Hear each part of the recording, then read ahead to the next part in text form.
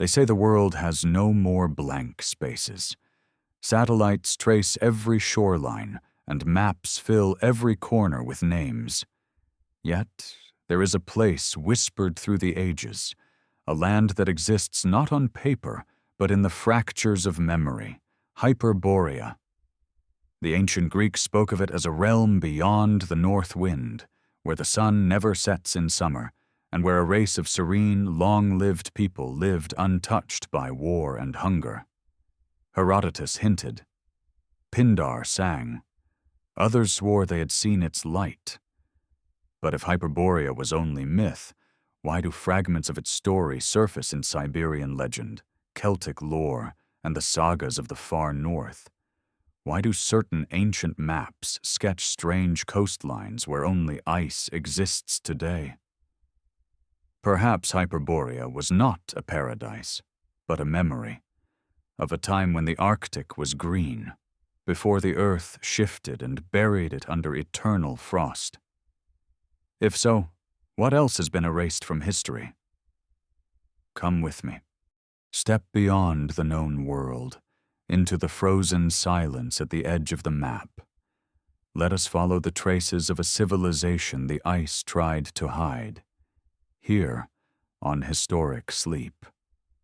If you're drawn to stories like these, the ones that live in the shadows between what we see and what was made to disappear, feel free to like and subscribe only if it feels right, and let me know in the comments where are you watching from, and what time is it for you. Right now I love seeing our little map of watchers light up around the world. Long before the Arctic was drawn in shades of white and blue, before ships with iron hulls tried to break its frozen skin, there was a word carried south on the wind: Hyperborea. To the ancient Greeks, it was not a point on a map, but a direction beyond comprehension. Beyond Boreas, past the breath of the north wind. Boreas himself, in their mythology, was the personification of winter's bite, wild hair, rushing air, the scream of ice. And so to imagine a land beyond him was to imagine a place untouched by the cold that defined the edge of the world. Pindar, the Theban poet, wrote of a people there who lived without toil or sickness, whose celebrations were eternal, and whose lives were measured not in decades, but in centuries. He spoke of rivers that never froze, of fields that needed no plow, of temples where Apollo, god of music, prophecy, and the sun, would retreat during the months when Delphi lay silent. In this telling, Hyperborea was no mythic underworld nor distant Elysium. It was a physical land, bathed in an unending summer light, hidden beyond the realm of known sailors. Herodotus, more cautious than the poets, still could not resist recording what he had heard. He admitted he had no proof, but he preserved the rumor that north of the land of the Isodones, a mysterious people themselves, lay the Hyperboreans, and beyond them, nothing but impassable deserts of snow and a sky where the sun lingered far longer than in the lands of Greece. Other writers, like Hecataeus of Abdera, placed them on an island the size of Sicily, somewhere in the far north, encircled by ocean, warmed by the gentle breath of the gods. He described their capital as a grand, circular city, its streets aligned to the stars, its temples resplendent in gold and ivory. Even this detail, a city aligned with the heavens, is not unique to the Greeks. Across the world, ancient cultures set their monuments to track the motion of the sun, the tilt of the earth, the slow turning of the pole star. The Greeks believed Apollo's connection to Hyperborea was ancient, older than the stones of the Parthenon. Each winter, they said, the god would leave Delphi, riding his swan-drawn chariot to the far north to dwell among the Hyperboreans until spring returned. This cycle was mirrored in ritual. Offerings to Apollo, wrapped in wheat straw, were passed hand to hand from the north, from unknown lands, down through the Scythians, then Thracians, until they reached the sacred island of Delos. The Greeks never met the senders, but the offerings came all the same, as if carried along invisible trade winds of devotion. Yet for all their beauty, these stories carry a strangeness. The Greeks described Hyperborea's light in ways that echo what modern science knows of the Arctic Circle. In the high summer, the sun does not set for weeks. In winter, it hides for as long. The land where night never falls is not a poetic invention. It is a geographical truth, though one they could not have witnessed firsthand. Did sailors from the north bring this knowledge? Did merchants carry it in riddles and songs until it became myth? There is another detail, easily overlooked. Hyperborea was not described as unreachable because of distance, but because of a barrier, the north wind itself. The Greeks imagined Boreas as more than just cold air. He was a force of nature, an obstacle, a liminal threshold between the known and the forbidden. Only those favored by the gods could pass him. In this sense, Hyperborea was as much a spiritual boundary as a physical one. When we look at these accounts side by side, a pattern emerges. Each author writes with second-hand wonder. None claim to have been there. And yet, the descriptions are precise enough to suggest they were drawing on a shared source, perhaps from traders moving along the vast steppe routes, perhaps from the seafaring Phoenicians, who ranged further than the Greeks liked to admit.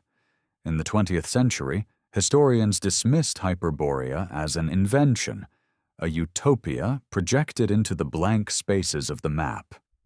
But recent studies in paleoclimatology complicate that dismissal. Ice core samples from Greenland show that, during certain warm intervals in the late Pleistocene, the far north was not an endless wasteland of snow. Pollen trapped in ancient ice tells of birch and willow, of meadows where now there is only permafrost. If such a climate existed within human memory, it is not unthinkable that people lived there, and that fragments of their lives filtered down into Greek lore. The Greeks, with their love for symmetry and divine order, made Hyperborea into an ideal.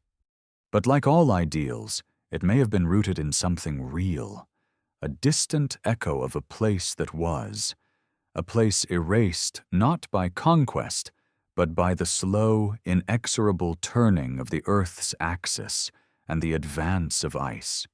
Standing at the threshold of this story, we can imagine the Greeks gazing northward, past the mountains of Thrace, past the unknown rivers, past Boreas himself, to where the horizon curved into mystery. And in that mystery, they placed a civilization bathed in sunlight, waiting forever just beyond the wind. Centuries after Greek poets sang of Hyperborea, the age of exploration unfurled a new kind of map-making, one that sought to replace myth with measurement. Yet even in these maps, drawn by hands claiming scientific authority, there are ghosts. Look closely at certain early Renaissance charts, and you will find strange shapes in the far north. Coastlines where there should be only ice, islands sprawling across the pole, lands named but unexplained. The Piri Reis map of 1513 is the most famous of these oddities, though it shows Antarctica rather than the Arctic. But in the northern hemisphere, other cartographers left similar puzzles.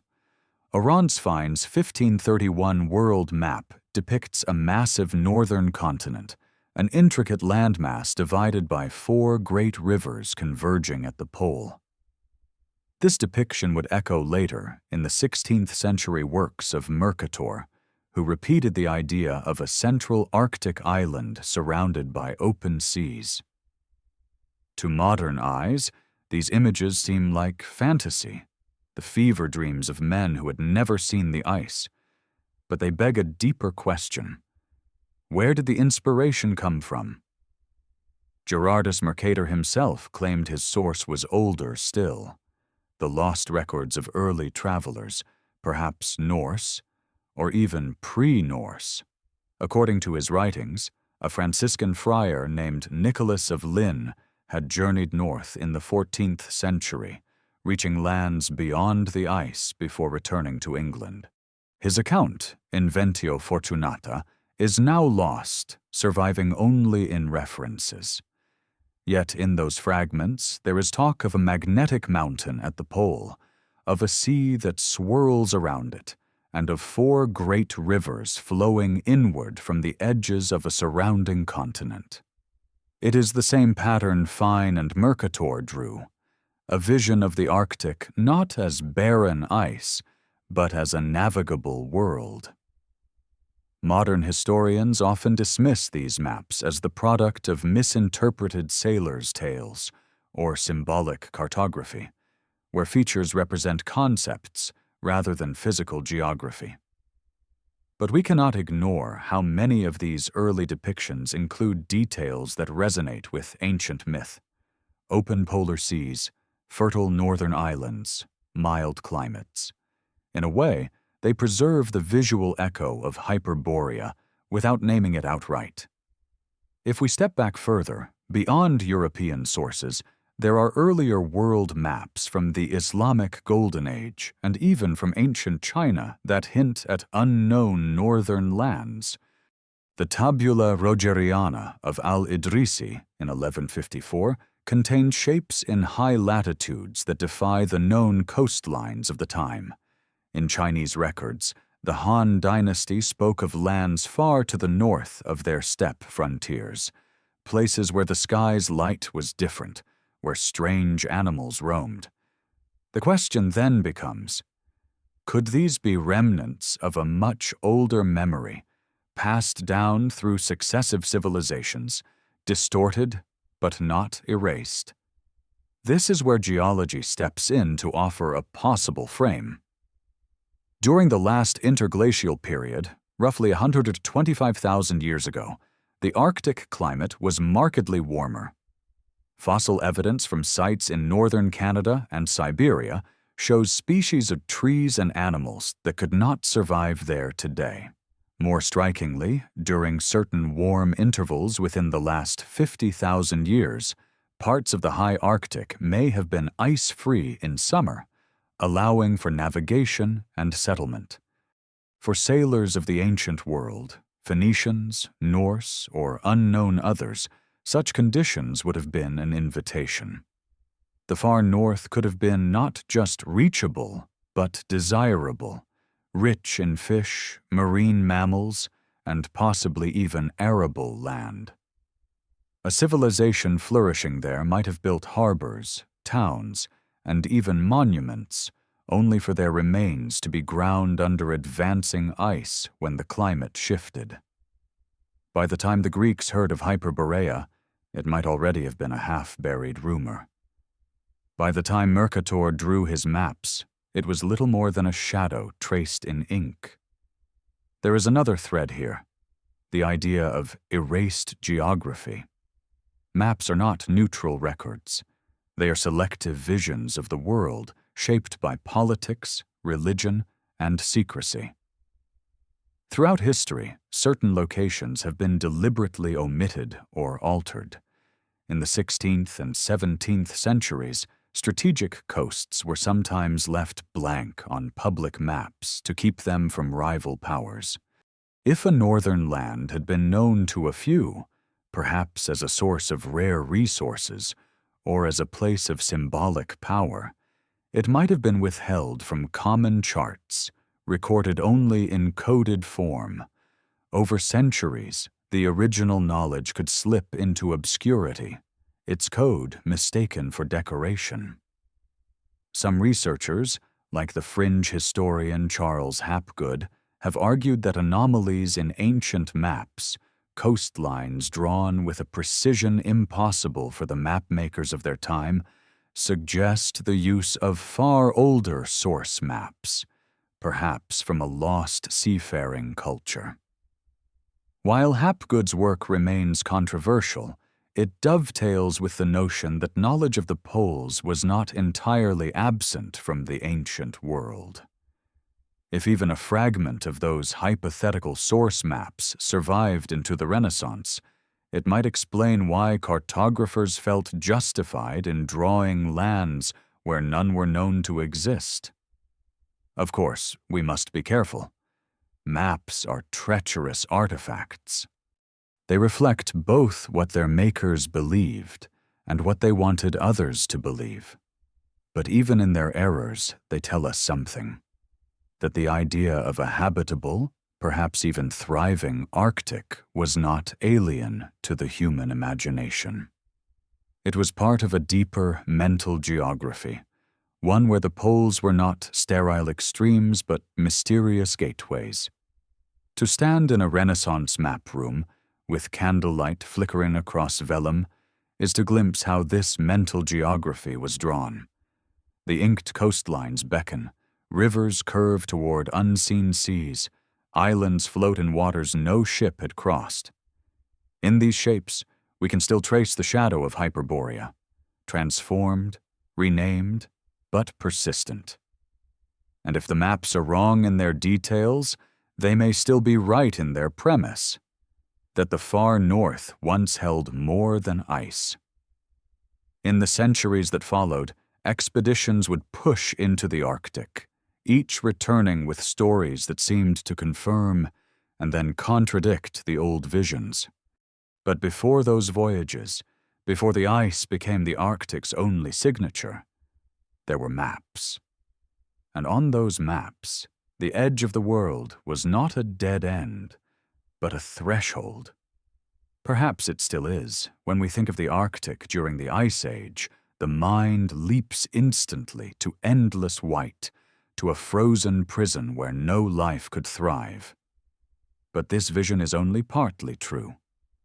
The late Pleistocene, the closing chapter of the Ice Age, wasn't a single unbroken winter. It was a time of extremes, a restless oscillation between deep freezes and intervals of startling warmth. To understand how a civilization could have existed in the far north, we must look not at the ice in its maximum fury, but at those brief, golden intervals when the polar world breathed in sunlight. The story begins in ice cores, those slender cylinders of frozen time drilled from the Greenland ice sheet. Layer upon layer, they record not just snow, but the chemistry of ancient air, trapped bubbles of carbon dioxide, traces of volcanic ash, and the faint isotopic signatures that reveal past temperatures. From these frozen records, scientists have identified periods within the last 50,000 years when the Arctic warmed dramatically, sometimes within a single human lifetime. These Dansgaard-Oeschger events, as they are known, saw average temperatures in Greenland rise by as much as 14 degrees in decades. Such surges in warmth would have transformed the high Arctic. Tundra grasslands, known to ecologists as mammoth steppe, spread across Siberia, Alaska, and parts of Canada. Hardy grasses, wildflowers, and dwarf shrubs thrived, feeding vast herds of mammoth, bison, and horse. Rivers flowed freely in summer, carrying meltwater rich with nutrients to the Arctic Ocean. In such an environment, human life was not only possible, it was attractive. Fossil evidence supports this vision. At sites like Yana Rhinoceros Horn in Siberia, archaeologists have uncovered the remains of a human settlement dating back roughly 27,000 years. The artifacts, finely worked stone tools, bone needles, ornamental beads, speak of people adapted to cold, but not living in perpetual blizzard. Instead, they exploited a landscape of seasonal abundance, fishing in ice-free rivers, hunting the great herds, gathering berries and roots in the brief but intense Arctic summer. These people were not alone in the far north. The same climatic pulses that warmed Siberia also softened the coasts of Greenland and the Canadian Arctic. On Ellesmere Island, fossilized wood and pollen from birch and willow hint at a time when these now barren lands supported stands of vegetation. In Alaska's North Slope, remains of steppe bison and woolly rhinoceros tell of a richness unimaginable in the modern tundra. If such ecosystems existed within living memory of early human cultures, they could have been preserved in oral tradition long after the climate shifted again. A story of a land beyond the wind, where the sun lingered and life was plentiful, would not be fantasy. It would be a cultural memory of a real place, filtered through centuries of retelling. This is how climate becomes myth. The transition from warmth to cold, however, could be swift and merciless. One of the most dramatic reversals came with the Younger Dryas, a sudden plunge back into near glacial conditions about 12,900 years ago. In the space of perhaps a generation, average temperatures in the northern hemisphere fell sharply. Theories abound as to the cause: a massive meltwater pulse disrupting ocean currents, a cometary impact, volcanic eruptions. But the effect was the same. Grasslands gave way to tundra, rivers froze for longer each year, and human communities in the high Arctic faced a choice between adaptation, migration, or extinction. It is here, in this sudden shift, that the story of Hyperborea might have reached its tragic turning point. If a thriving culture had established itself in the warmth of a previous interstadial, it would have been struck down by the return of ice. Those who fled south might have carried fragments of their culture, symbols, star lore, architectural ideas, into the societies they joined.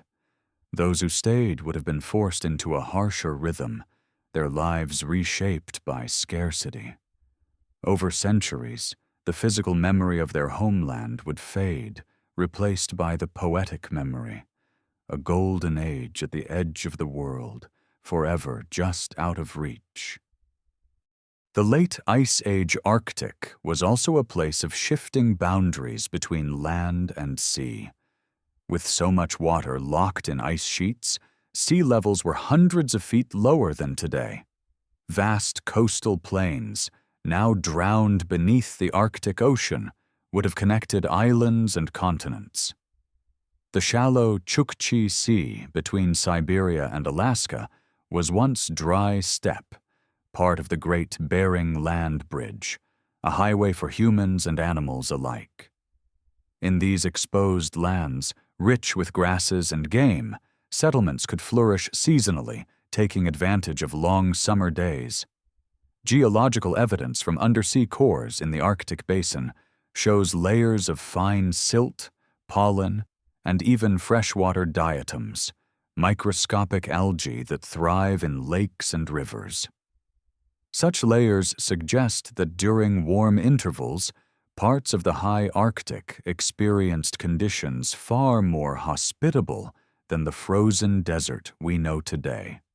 For any seafaring culture, this would have opened opportunities for exploration, trade, and perhaps the establishment of seasonal camps far to the north. This raises a question. If people could live in these regions during warm intervals, could they also have developed complex societies there? The archaeological record is sparse, largely because rising seas and advancing ice have destroyed or buried most evidence. But the absence of evidence is not evidence of absence. Many coastal settlements worldwide from this period are now underwater, the Arctic would be no different. What remains may lie beneath layers of silt, waiting for technology to uncover them. The climate shifts of the late Ice Age did not just change the physical landscape, they also reshaped human perception of the North. To those who experienced its warmth, it could be a place of abundance and light. To those who came after the return of cold, it was a realm lost to time, accessible only in memory.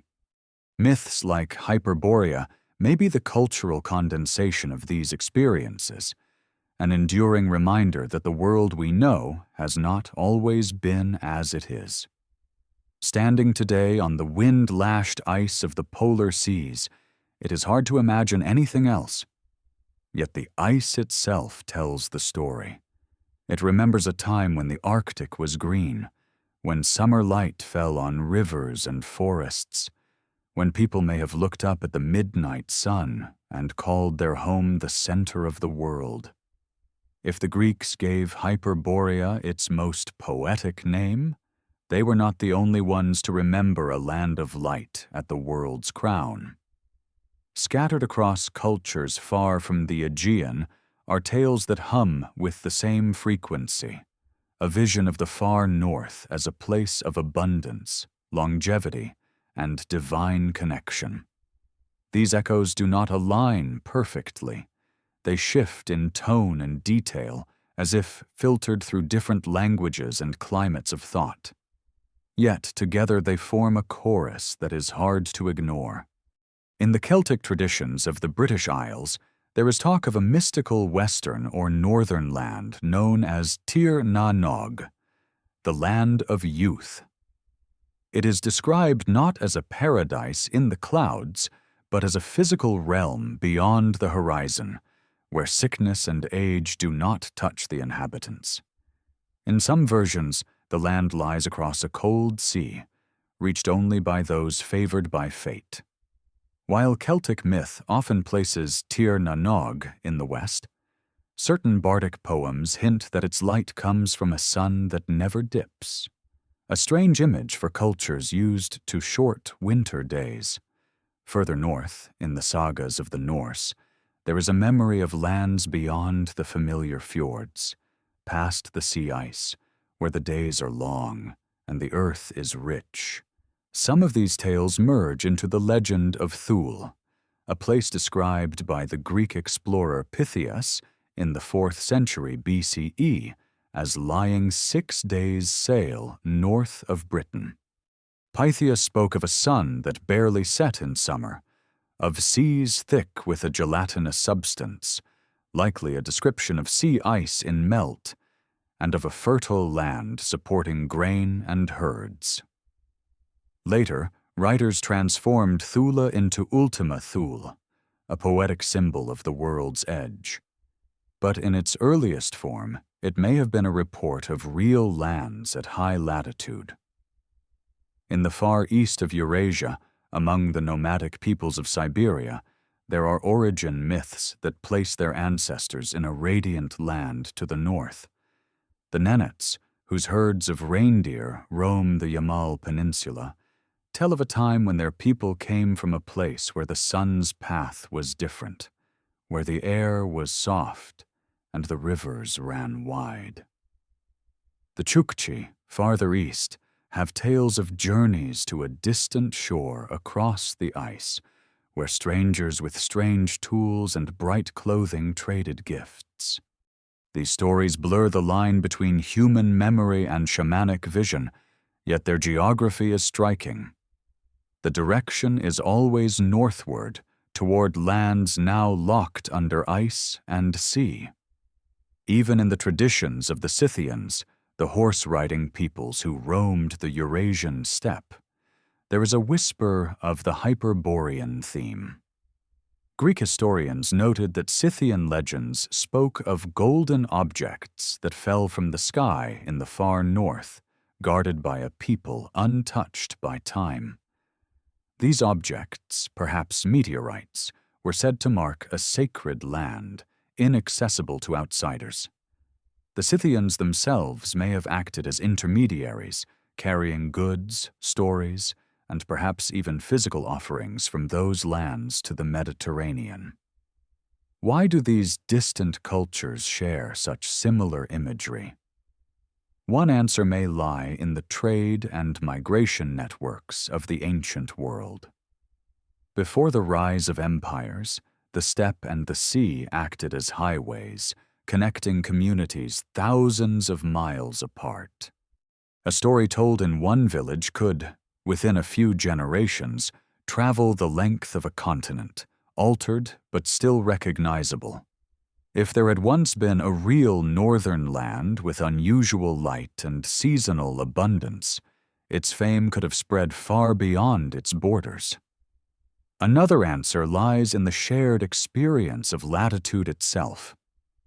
For peoples living near or above the Arctic Circle, the contrast between summer and winter light is profound. In summer, the sun hangs in the sky for weeks, casting a golden glow over land and water. In winter, darkness reigns. This extreme rhythm can imprint itself on the imagination, making the idea of an eternal summer both tantalizing and plausible. Cultures hearing of such a place from travelers could have elevated it into legend, regardless of whether they believed it still existed. Archaeology adds a further dimension.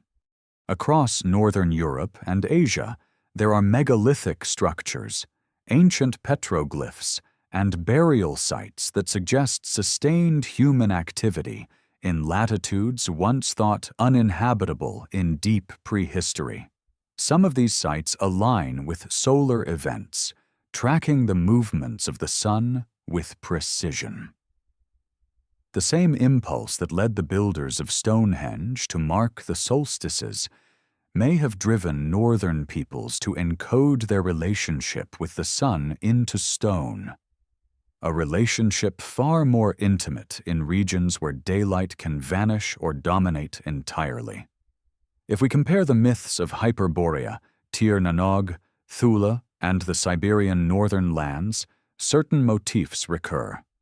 The journey to a remote and often hidden place, the presence of perpetual or extended daylight, the absence of disease or decay, and a connection to the divine or the extraordinary. These are not the vague qualities of an afterlife. They are physical characteristics that could, in a different climate regime, belong to a real geographic location. This is where modern science and ancient story meet. Geological and climatic evidence tells us that the Arctic has not always been the frozen desert of today. In warmer periods, it could have supported human life, even flourishing societies. The myths may be the fossilized remnants of those societies' reputations, passed down through oral tradition, reshaped by poets, and reframed to fit each culture's cosmology. And so, Hyperborea need not have been a single place known to all, but rather a shared archetype born of multiple encounters with the same phenomenon, a habitable far north. To the Greeks, it was the land beyond Boreas. To the Celts, a youthful paradise. To the Norse, Thule. To the Siberian nomads, the cradle of ancestors. Different names, different roots, but perhaps the same memory. Standing at the crossroads of these traditions, we are left with a haunting possibility. If so many cultures recall a land of light at the top of the world, then perhaps, buried under ice and ocean, such a land once truly existed. Long before satellites and telescopes, humanity's first observatories were not towers of glass and steel, but open skies above stone and earth. The ancients did not simply watch the stars, they measured them, memorized their paths, and wove their rhythms into myth. In the quest to understand where Hyperborea might have been, these myths and measurements often overlap in ways that are too precise to dismiss. In Greek accounts, Hyperborea was beyond the north wind, but more subtly, it was tied to the path of the sun and the position of the stars. Apollo, the god most closely associated with the Hyperboreans, was also a solar deity. His winter departure from Delphi to spend months among them mirrors the seasonal movement of the sun itself, lower in the sky during Greece's winter, higher and seemingly dwelling in the far north during summer. This is not just poetic imagery. It is an astronomical truth for anyone who has traveled close to or within the Arctic Circle, where the sun can remain above the horizon for days or even weeks. The Greeks were not alone in their fascination with the far north sky. Across cultures, ancient astronomers paid special attention to the pole star and the circumpolar constellations, the ones that never set, forever circling the horizon. In regions closer to the equator, these constellations dip below the horizon part of the night. But at higher latitudes, they dominate the sky, forming a fixed celestial crown. For a people living far to the north, these stars would have been constant companions, their positions shifting subtly over centuries due to the slow wobble of the Earth's axis, a phenomenon we now call precession. That wobble, imperceptible in a single lifetime, changes which star marks the north over thousands of years. Today, Polaris holds the role, but in ancient times it was Kochab, and before that, Thuban in the constellation Draco. To a culture rooted in the Arctic, the movement of this immovable point would have been both a navigational concern and a sacred mystery. If Hyperborea was indeed a real place in the high north, its inhabitants might have built structures aligned to these shifting polar markers, much as the Egyptians aligned pyramids to Thuban during their construction. Archaeology in high-latitude regions has uncovered alignments that raise questions. In the far north of Norway, the ancient site at Gosek, though much farther south in Germany, shows one of the earliest known solar observatories, with gates aligned to the winter and summer solstices. In Arctic Siberia, certain stone arrangements appear to mark sunrise and sunset positions at solstice, though their exact dating remains debated. Even the enigmatic megaliths of the Kola Peninsula seem to bear patterns that could be interpreted as astronomical. Why would these alignments matter?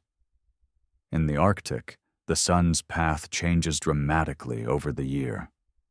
Knowing precisely when the sun will return after the long winter darkness, or when it will vanish into the polar night, could mean the difference between survival and starvation.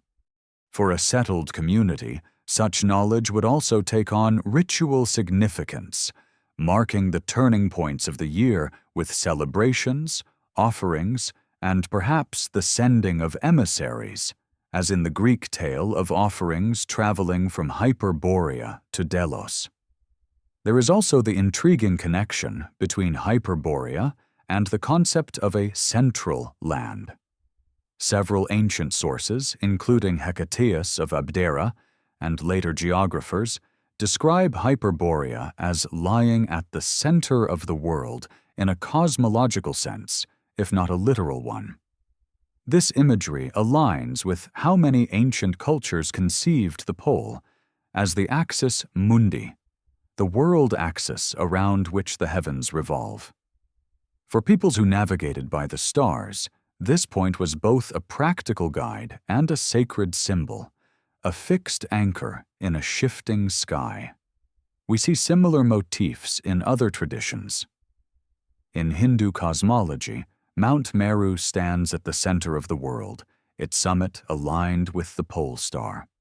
In Norse myth, the world tree Yggdrasil connects the realms, its roots and branches touching the heavens and underworld, a vertical axis that mirrors the polar connection. In all these cases, The center is not geographic for its own sake, but celestial, linked to the unchanging point around which all else turns. If Hyperborea was imagined, or remembered, as a land beneath that celestial crown, then its placement on ancient maps was not arbitrary. It would be north not only in physical distance, but in symbolic orientation, a land aligned with the heavens themselves. Such an alignment would amplify its sacred status in the minds of those who had never been there but had heard of its wonders. Modern astronomy adds a layer of plausibility. If we project the precession of the equinoxes backward, we find that the position of the pole star shifts significantly over millennia. Certain eras would have made the Arctic sky particularly striking, with the pole aligned more directly with bright stars, or with certain constellations in prominent positions during summer. These visual changes could have been encoded in myth, marking the golden age of a polar culture's sky. Ancient seafarers may also have used the stars to reach northern waters.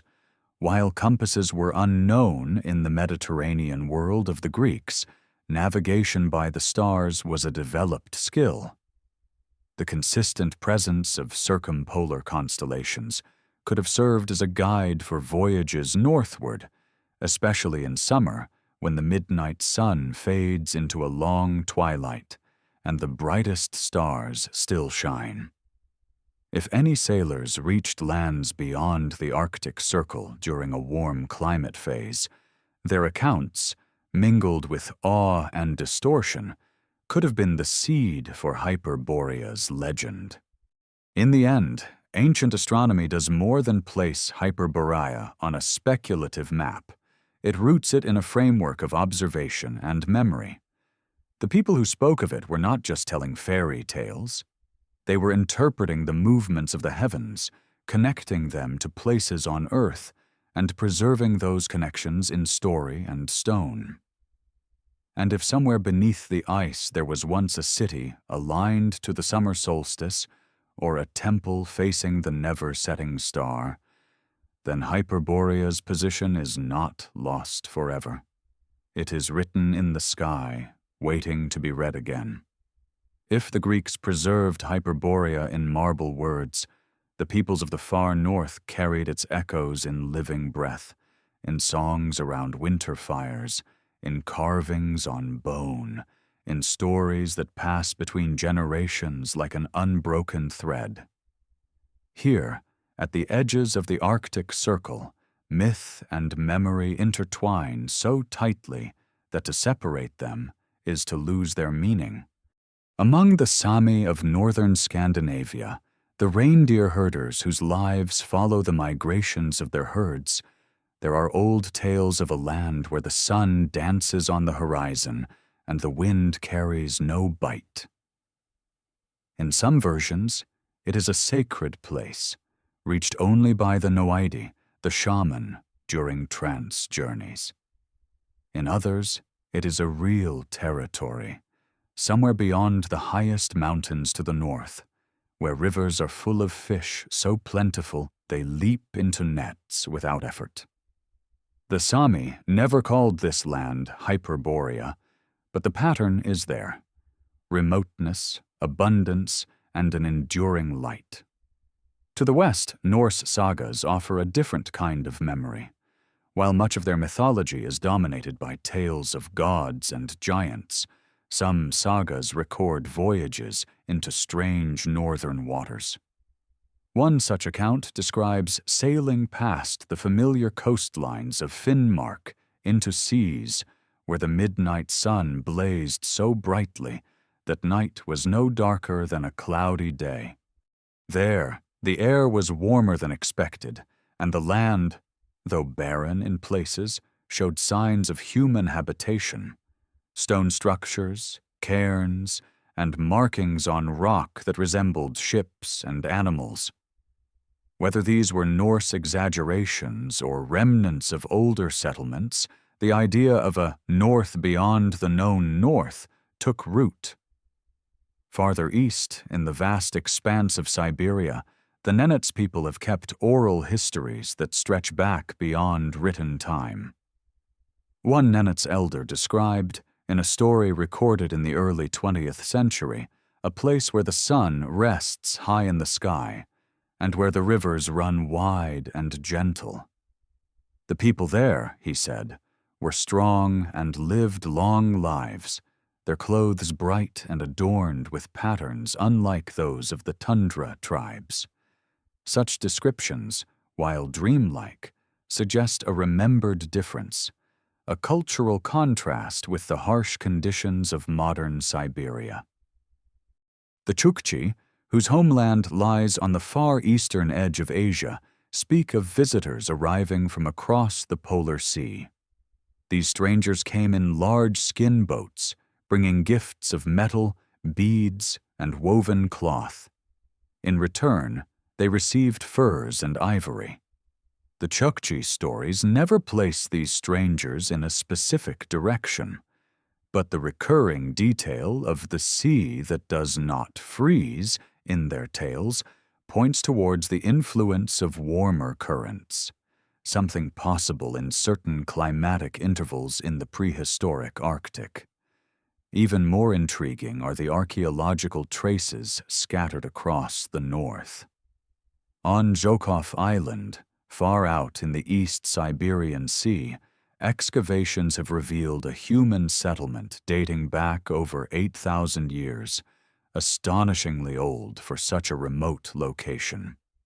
The people of Zhukov hunted polar bears and reindeer, built semi-subterranean houses for insulation, and crafted sleds, suggesting long-distance travel.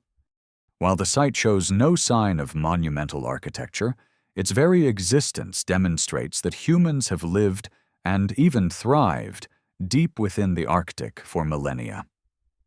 Similar finds in the Yana River basin show that human presence in these latitudes extends back at least 27,000 years.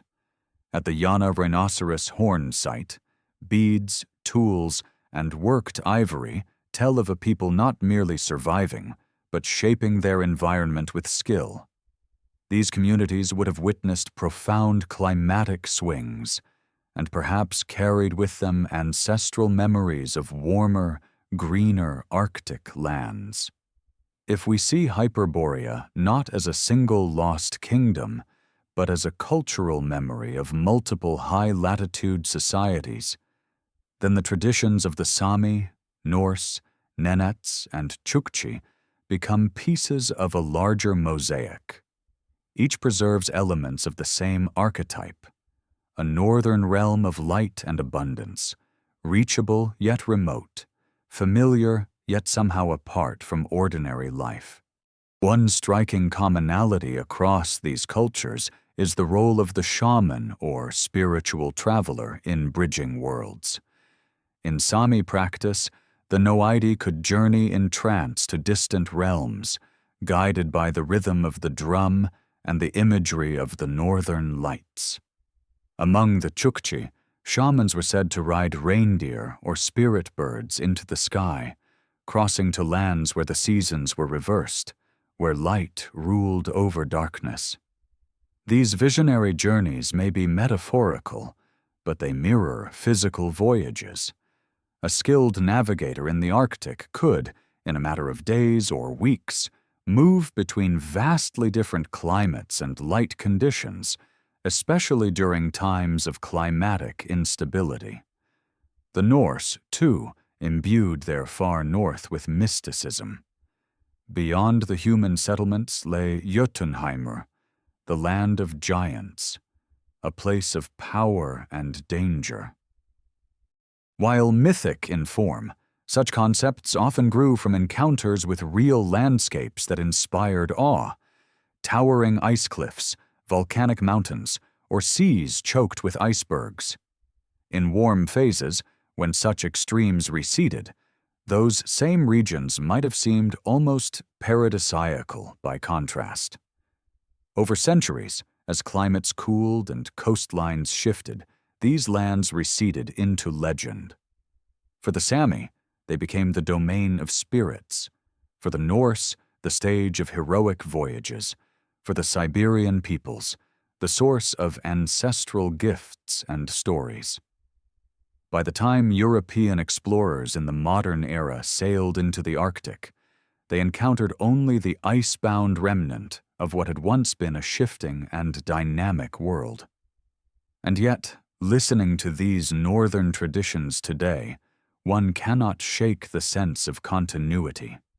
The details, the light that lingers, the rivers full of fish, the strangers from across the sea, do not feel invented from nothing.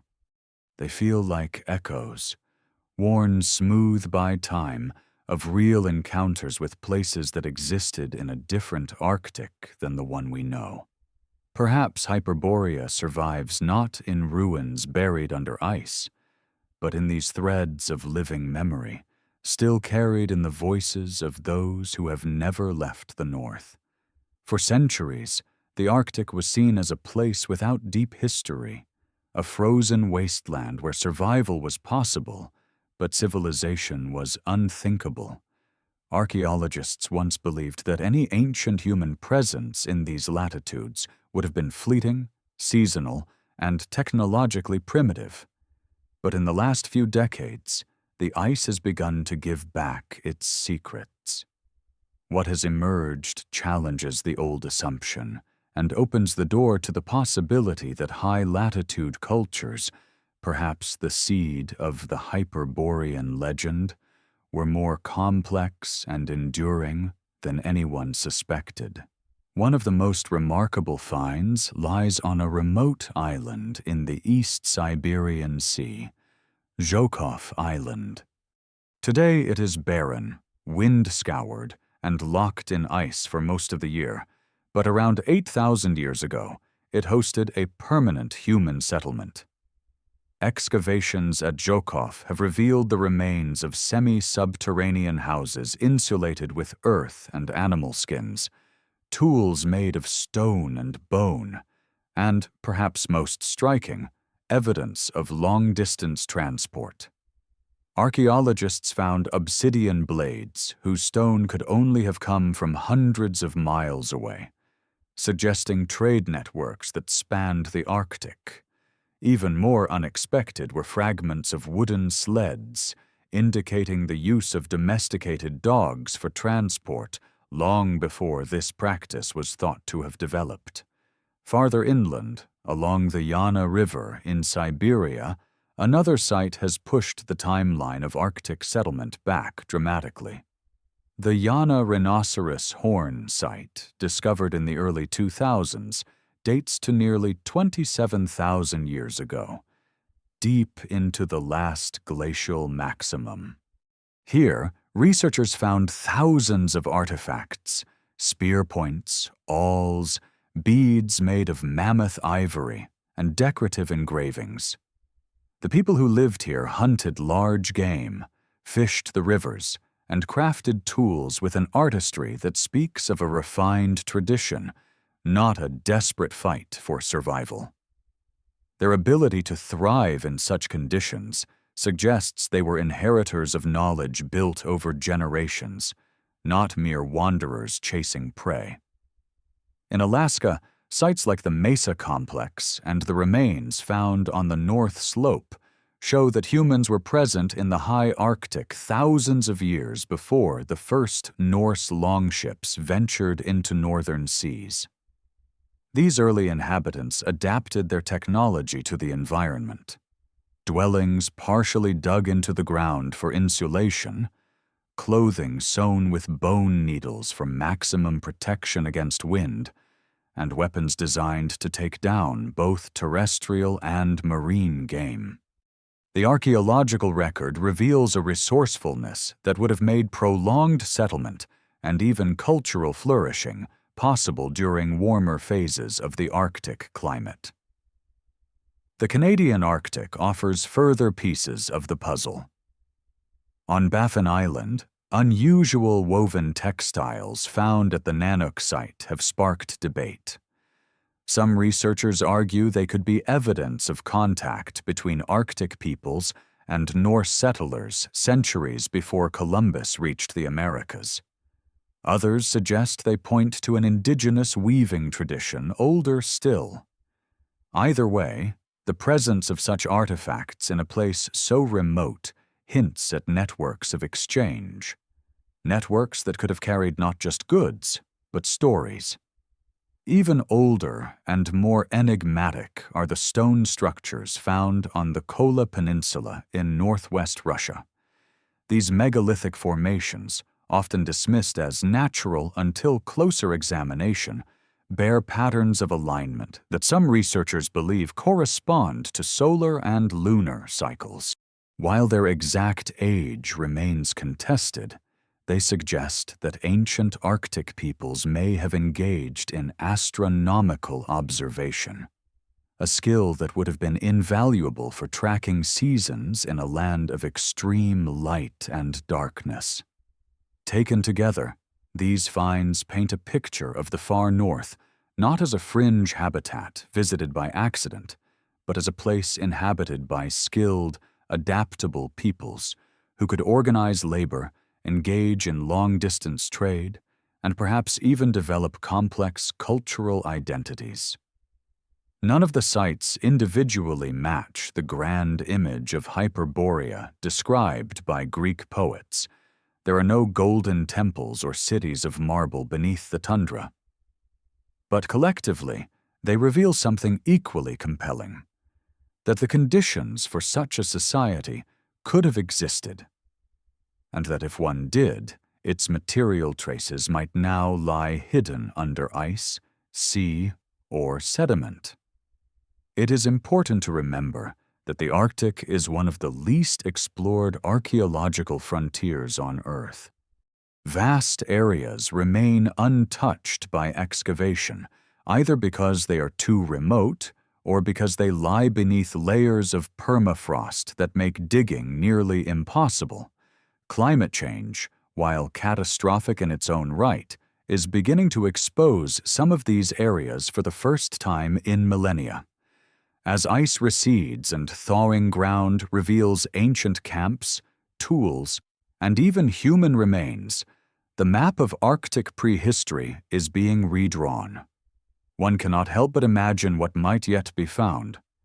The remains of a seafaring culture whose boats hugged ice-free summer coasts, stone circles marking the passage of the sun at the pole, burial sites with artifacts that show influence from far-off lands. If Hyperborea was a real place, whether a single settlement or a network of northern communities, its ruins could still lie in wait, preserved in the cold as Pompeii was in ash. Even if no such singular discovery ever emerges, the archaeology we already have forces a re-evaluation of how we think about the ancient North. It shows us that human ingenuity is not bound by latitude, that stories of northern abundance could have sprung from lived experience, and that the Greek vision of a thriving land beyond the north wind may not have been pure invention. The Hyperborea of poetry may be gone, but its foundations, in trade, survival, and adaptation, are written in the stones, bones, and forgotten tools of the Arctic's first peoples. The ancient vision of a northern land of light, whether called Hyperborea, Thule, or by some other name, has long carried an aura of mystery. But in the late 19th and early 20th centuries, this mystique was repurposed, reshaped, and in some cases corrupted by political and ideological agendas. The name Thule, drawn from classical sources, became more than a geographical curiosity. It was transformed into a symbol of racial origin, spiritual destiny, and even geopolitical ambition. The earliest known reference to Thule comes from the Greek explorer Pythias of Massalia, who sailed north around the 4th century BCE. His Thule was a land 6 days' sail from Britain, where the summer sun barely set. Later, writers placed it at the edge of the known world, but they did not agree on its exact location. Some thought it Iceland, others Greenland, and a few imagined it even farther north. This ambiguity gave the concept an unusual flexibility. Thule could be anywhere on the blurred frontier between myth and geography. By the 19th century, as Europe's fascination with racial origins intensified, Thule was reinterpreted through the lens of emerging theories about an Aryan homeland. The term Aryan, originally a linguistic classification for the Indo-European language family, was gradually twisted into a racial category by certain philologists, anthropologists, and ideologues. In this reimagining, the Aryans were not simply speakers of related languages. They were a distinct people, superior in intellect and culture, who had radiated outward from a single point of origin. For some theorists, that point was Thule, imagined as a lost Arctic homeland. One of the earliest popularizers of this idea was the French writer Joseph-Alexandre Saint-Yves d'Alvedre. In his esoteric works of the late 1800s, Saint-Yves blended theosophy, occultism, and speculative history to describe an advanced, hidden civilization from the north. Though his Agartha was more often placed underground, the association between high civilization and polar regions began to gain traction in mystical circles. Helena Blavatsky, founder of the Theosophical Society, also spoke of a polar origin for the so-called root races of humanity. In her writings, the Arctic, sometimes literal, sometimes symbolic, was linked to a primordial age when spiritual and physical conditions were very different. The polar homeland, she suggested, was the cradle of an advanced people who later spread across the earth, leaving behind fragments of their knowledge in ancient cultures. It was the Germanic reinterpretation of Thule, however, that would have the most lasting and dangerous impact. In the early 20th century, German nationalist thinkers seized upon the idea of a northern homeland for the Aryan race. They envisioned Thule not merely as a historical place, but as a spiritual and racial ideal. The Thule Society, founded in Munich in 1918, was part political organization, part occult study group.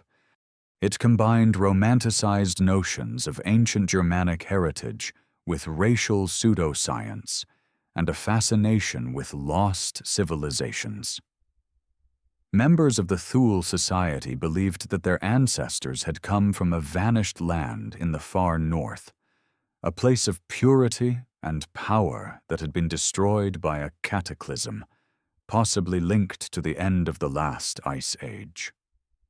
They saw themselves as the inheritors of this legacy, destined to restore the greatness of their forebears.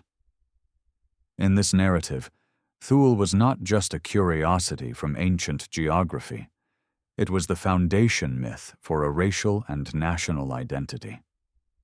The Society's ideas influenced a number of figures who would later play roles in the rise of the Nazi Party, though the exact nature of that influence remains debated by historians. What is clear is that the myth of Thule was absorbed into the broader Nazi fascination with origins, purity, and destiny. Heinrich Himmler's SS, for example, had its own research branch, the Ahnenerbe, dedicated to uncovering the archaeological and historical truth of such myths. Expeditions were sent to Tibet, the Arctic, and other remote locations in search of evidence for these theories, efforts that were part science, part propaganda. This politicization of the Thule concept distorted its historical and mythological roots. In ancient sources, Thule was a liminal space, a place at the edge of the known world, remarkable for its light and its distance. In modern ideological hands, it became a rigid symbol, stripped of nuance, and used to justify exclusion, conquest, and worse. The Hyperborea of Greek poetry and the Thule of Pythia's voyage were never racial manifestos. They were invitations to wonder about the world's edges. But in the fevered imagination of early 20th century nationalism, they became tools for drawing lines between people rather than for exploring the unknown. Beyond politics, the idea of a polar homeland also found a home in the alternative history and fringe science communities of the 20th century.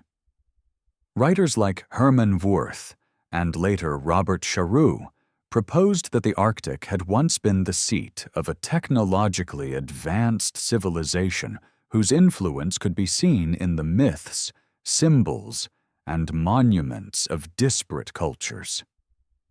These theories often pointed to similarities in solar symbols, megalithic architecture, and navigation skills across the ancient world as evidence of a shared origin in the north. While mainstream archaeology finds no direct proof of such a culture, the persistence of the idea shows the enduring allure of a polar origin story. In the end, the modern history of Thule is a cautionary tale about how ancient myths can be appropriated, reshaped, and weaponized. What began as a vague but fascinating geographic reference in the writings of a Greek explorer became, over centuries, a mirror for whatever a culture wished to see, a utopia, a lost Eden, a racial homeland, a spiritual center. Each retelling says as much about the teller as it does about the myth itself. Yet, stripped of its ideological baggage, the Thule of antiquity still resonates with the same questions that gave rise to Hyperborea. Was there once a habitable, even flourishing, land in the far north? Could human cultures have thrived there during warmer phases of the Ice Age? And if so, what traces might remain beneath the ice? These questions, unclaimed by politics, still invite us to look toward the pole, to the place where maps once faded into white and imagination took over. If there is any truth behind the idea of Hyperborea or Thule, it will not be found in poetry or political mythology. It will be written in the earth itself. Geology, more than any ancient text, holds the record of what the Arctic once was and what it might have hidden. To trace the possibility of a lost land in the far north, we must strip away modern ice and follow the story told in rock, sediment, and seafloor. During the last glacial maximum, roughly 26,000 years ago, vast ice sheets covered much of North America, northern Europe, and parts of Siberia. Sea levels were more than 400 feet lower than they are today. The geography of the North was radically different. Continental shelves that are now submerged lay exposed, forming broad plains and connecting islands. The Bering Land Bridge, or Beringia, joined Asia to North America, creating a vast steppe that stretched from Siberia to Alaska. This was not a wasteland. It was a rich grassland ecosystem supporting mammoths, horses, bison, and the humans who hunted them. The Arctic Ocean itself, while still encircled by ice in many seasons, likely had pockets of open water and more extensive coastlines. Bathymetric maps, charts of the ocean floor, reveal features that would have been above sea level during periods of low water. Ridges, plateaus, and shallow basins that could have supported plant and animal life. The Lomonosov Ridge, which runs across the Arctic Ocean from Siberia to Greenland, is one such feature. Today it lies beneath hundreds of meters of water, but when sea levels were lower, parts of it may have stood as dry land or supported ice-free areas in summer. Geologists have also identified submerged river channels and ancient shorelines on the Arctic seabed. These are relics from a time when rivers flowed across plains that are now drowned. Sediment cores taken from these regions sometimes contain pollen from trees and plants that no longer grow anywhere near the Arctic. Such findings suggest that during interglacial periods, the warmer phases between ice ages, parts of the far north had climates mild enough to sustain forests and grasslands. One of the most intriguing pieces of evidence comes from a site called the New Siberian Islands. These islands, scattered in the Arctic waters north of Siberia, are littered with the bones of mammoths and other large mammals. Some of these remains are so well preserved that they still contain hair and soft tissue. Their abundance points to a time when the surrounding area, much of it now submerged, was a vast grazing land, not a frozen desert. If humans lived in this landscape, their settlements could now lie underwater, awaiting discovery. There is also the question of post-glacial rebound, the slow rising of land once compressed under the weight of ice sheets. In Scandinavia and parts of Canada, the land is still rising today, thousands of years after the ice retreated. In the Arctic, this process could mean that some coastal areas are older than they appear, while others have sunk due to shifting weight and changing sea levels. The interplay of rising and sinking land complicates the search for ancient shorelines and makes it possible that entire regions have disappeared beneath the waves. The Greenland ice sheet, too, hides an ancient landscape beneath it. Radar surveys have revealed mountain ranges, valleys, and even what appears to be the bed of a massive pre-glacial river system buried under miles of ice. These hidden features tell us that before Greenland became the frozen giant we know today, it was a complex, habitable terrain. If similar buried landscapes exist under parts of the Arctic Ocean's ice, they could conceal the remains of ecosystems and perhaps human presence from a warmer time. Some researchers have gone further, proposing that certain submerged features in the Arctic could be remnants of shelf cities, coastal settlements that were lost to rising seas at the end of the last ice age. While this remains speculative, parallels exist in other parts of the world. The sunken city of Dwarka in India, the structures off the coast of Yonaguni in Japan, and the flooded Mesolithic site of Doggerland in the North Sea. Doggerland, once a broad plain connecting Britain to mainland Europe, was a thriving habitat for humans and animals before it was swallowed by the sea. Its rediscovery proves that entire landscapes and the cultures within them can vanish from memory, only to be revealed again by science. The Younger Dryas, a sudden return to cold around 12,900 years ago, would have accelerated such losses in the Arctic. If sea ice expanded rapidly, cutting off coastal access, and meltwater floods later submerged low-lying areas, any settlements on exposed continental shelves could have been erased in a matter of centuries. In human terms, that is only a few generations, enough for memory to survive as legend, but not enough for archaeology to preserve easily accessible ruins.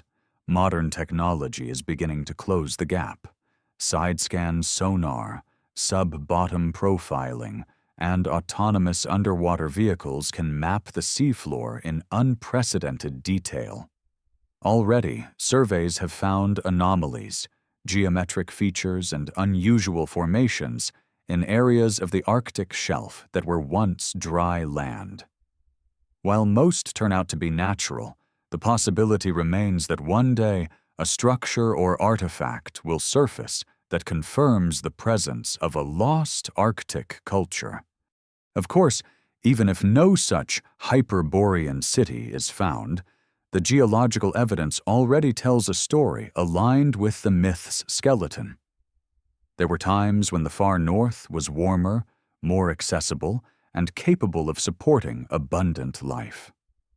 During those times, land now hidden beneath ice and sea could have been the home of peoples whose existence we know only through whispers in ancient texts. In the end, the Arctic is not a static white desert. It is a restless landscape, sculpted by cycles of ice and thaw, rise and fall.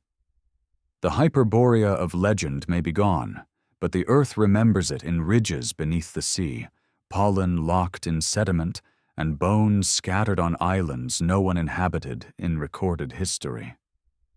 And if we follow those clues far enough, we may yet find the place where myth and geology meet. When most people picture the Arctic, they imagine a monochrome world, ice stretching to the horizon, snow-blurred skies, and an emptiness broken only by the occasional polar bear. Yet this frozen image is only a recent chapter in the Arctic's story. For much of the last 100,000 years, the high north has cycled through phases of abundance and desolation. In the warmer intervals, it was not a wasteland, but a sprawling, vibrant ecosystem, one that could have sustained human life on a scale large enough to leave cultural traces that later became the seeds of the Hyperborean legend. Scientists call it the mammoth steppe, a biome unlike anything that exists today. It stretched from France across the plains of Eurasia, through Siberia, and over the Bering Land Bridge into Alaska and the Yukon. In this world, grasses and sedges dominated the landscape, mixed with wildflowers, mosses, and dwarf shrubs. There were no vast forests, but the open plains were rich in nutrients, able to support one of the highest biomasses of large animals ever known. Mammoths, woolly rhinoceroses, steppe bison, wild horses, musk oxen, and reindeer roamed in immense herds. Predators like cave lions, wolves, and the scimitar-toothed cat stalked them. Rivers teemed with salmon during seasonal runs, while lakes and wetlands hosted flocks of migratory birds. In summer, the sun shone for weeks without setting, flooding the land with light that fueled explosive plant growth. For human hunters and gatherers, it was a land of plenty, provided they could endure the extremes of winter. Fossil evidence shows that even islands now locked in year-round ice were once rich grazing grounds. The new Siberian islands, today a bleak scattering of tundra, have yielded enormous quantities of mammoth bones, many of them so fresh-looking that early explorers thought the animals had died only recently. Radiocarbon dating proved they were thousands of years old, preserved by the permafrost. Such preservation speaks of a climate that, while cold, was stable enough to sustain life in great abundance for long stretches of time. Further back in time, during interglacial periods, the Arctic warmed even more. Pollen records from lake sediments in Alaska and northern Canada reveal the presence of birch, willow, and even spruce, trees that could not survive in those regions today. In Greenland, ice cores have trapped traces of ancient insects and plant material from similar warm phases. During these times, the Arctic would have been a mosaic of grasslands, wetlands, and scattered forests, offering resources far beyond what the modern tundra provides. This environment was not static. Climate shifts could occur over mere decades, transforming grasslands into snowfields or opening ice-locked coasts to navigation. Such changes would have been both a challenge and an opportunity for ancient peoples. Warmer periods allowed them to move farther north, exploiting rich hunting grounds and fish-filled rivers. Colder pulses drove them south or forced them to adapt with new technologies, insulated dwellings, tailored clothing, and seasonal mobility. For the peoples who lived through these transitions, the memory of a lush Arctic would have been powerful. Imagine a community forced to abandon a once fertile land as the ice advanced, watching from the south as it disappeared into snow and myth. Within a few generations, the stories of that place could have transformed into tales of a golden homeland at the edge of the world, a Hyperborea. Archaeological finds fit this picture. Sites like the Yana rhinoceros horn settlement in Siberia, dating back nearly 27,000 years, show humans living deep in the Arctic, hunting reindeer and mammoth, fishing, and making intricate tools and ornaments. These were not desperate survivors clinging to life. They were skilled, organized people drawing on a rich ecosystem. In Alaska's North Slope, similar evidence suggests that early Paleo-Inuit cultures thrived in coastal areas rich with marine mammals and migratory birds. The productivity of the mammoth steppe was so great that some scientists argue it rivaled the African savanna in its ability to support large animal populations. This is no small point. Where large animals thrive, humans can thrive too. Meat, hides, bones, and sinew provided food, clothing, shelter, and tools. Abundant resources also meant that not every moment had to be devoted to survival. There was time for social life, ritual, and perhaps even the construction of symbolic sites, the kind of cultural activity that can leave traces in myth long after its physical remains vanish. Of course, this bounty came with limits. The Arctic summer, for all its endless light, was brief. Winters were long and punishing, and in some regions, darkness could last for months. Surviving these extremes required careful preparation, drying fish and meat for storage, crafting layered clothing from animal hides, and building shelters that conserved heat. The presence of these adaptations in the archaeological record tells us that ancient Arctic peoples were not transient visitors, but deeply knowledgeable inhabitants of their environment. The collapse of this ecosystem came in stages. Around 12,900 years ago, the Younger Dryas triggered a rapid cooling that disrupted plant growth and reduced the carrying capacity of the land. Over the following millennia, many of the megafauna vanished. Mammoths, woolly rhinos, and the giant steppe bison among them. Some scientists point to human hunting as a contributing factor. Others emphasize climate change. Whatever the cause, the loss of these species transformed the Arctic into the lower biomass tundra we know today. Yet the memory of the older, richer world could have endured in oral tradition. Even after the great herds were gone, the stories of their abundance and of the long summer days that nourished them might have been told to new generations. To listeners who had never seen such abundance, these tales would sound like visions of paradise. And so the mammoth steppe could live on not in reality, but in the imagination, rebranded as a mythical Hyperborea. From a modern perspective, the ancient Arctic ecosystem is a reminder that climate is never fixed. The land we see today, white and severe, is only one version of the North. Beneath the ice and snow lies the memory of a different world, one of green grass, roaming herds, and human footprints. The bones, pollen, and sediments are its archive. The myths are its poetry. Together they whisper of a time when the Arctic was not a dead end, but a cradle. If the ancient Arctic once bloomed with grasslands, rivers, and herds, then it was not just a place to live, it was a place to depart from.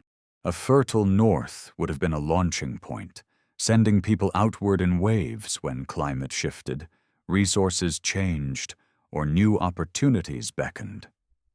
This idea that humans could have radiated from a high-latitude homeland has long been a subject of speculation, from the sober hypotheses of archaeologists to the more extravagant visions of myth-makers. In the case of Hyperborea, the migrations themselves may be the bridge between history and legend. Human genetics offers part of the picture. Modern DNA studies show deep links between populations in Siberia, Northern Europe, and the indigenous peoples of the Americas.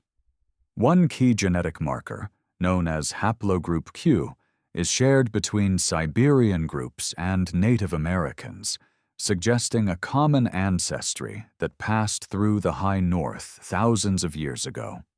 Another, haplogroup X, has a more mysterious distribution, appearing both in Europe and in certain Native American groups, such as the Ojibwe, in patterns that are not fully explained by known migration routes. These threads hint at a complex web of movements through Arctic corridors in the late Pleistocene. The most famous of these corridors was Beringia, the now submerged land bridge that connected Siberia to Alaska during periods of low sea level. For thousands of years, this region was not just a narrow crossing, but a vast steppe, rich in game and vegetation.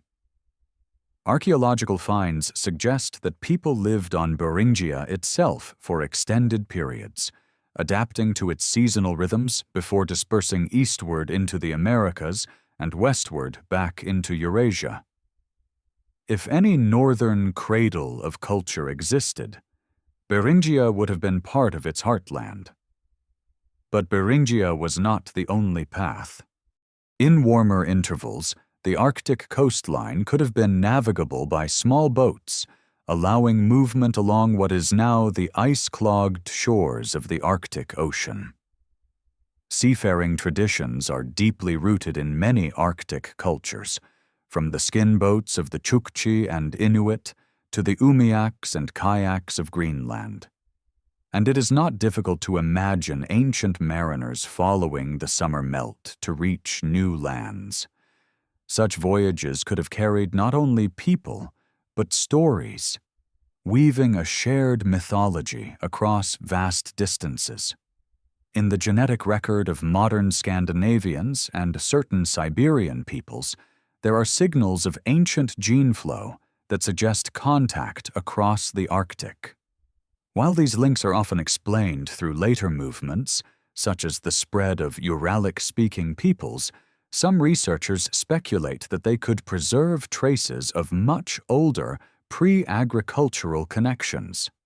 If so, the land beyond the North Wind might have been less isolated than the myths suggest, acting as a hub in a network of seasonal migrations.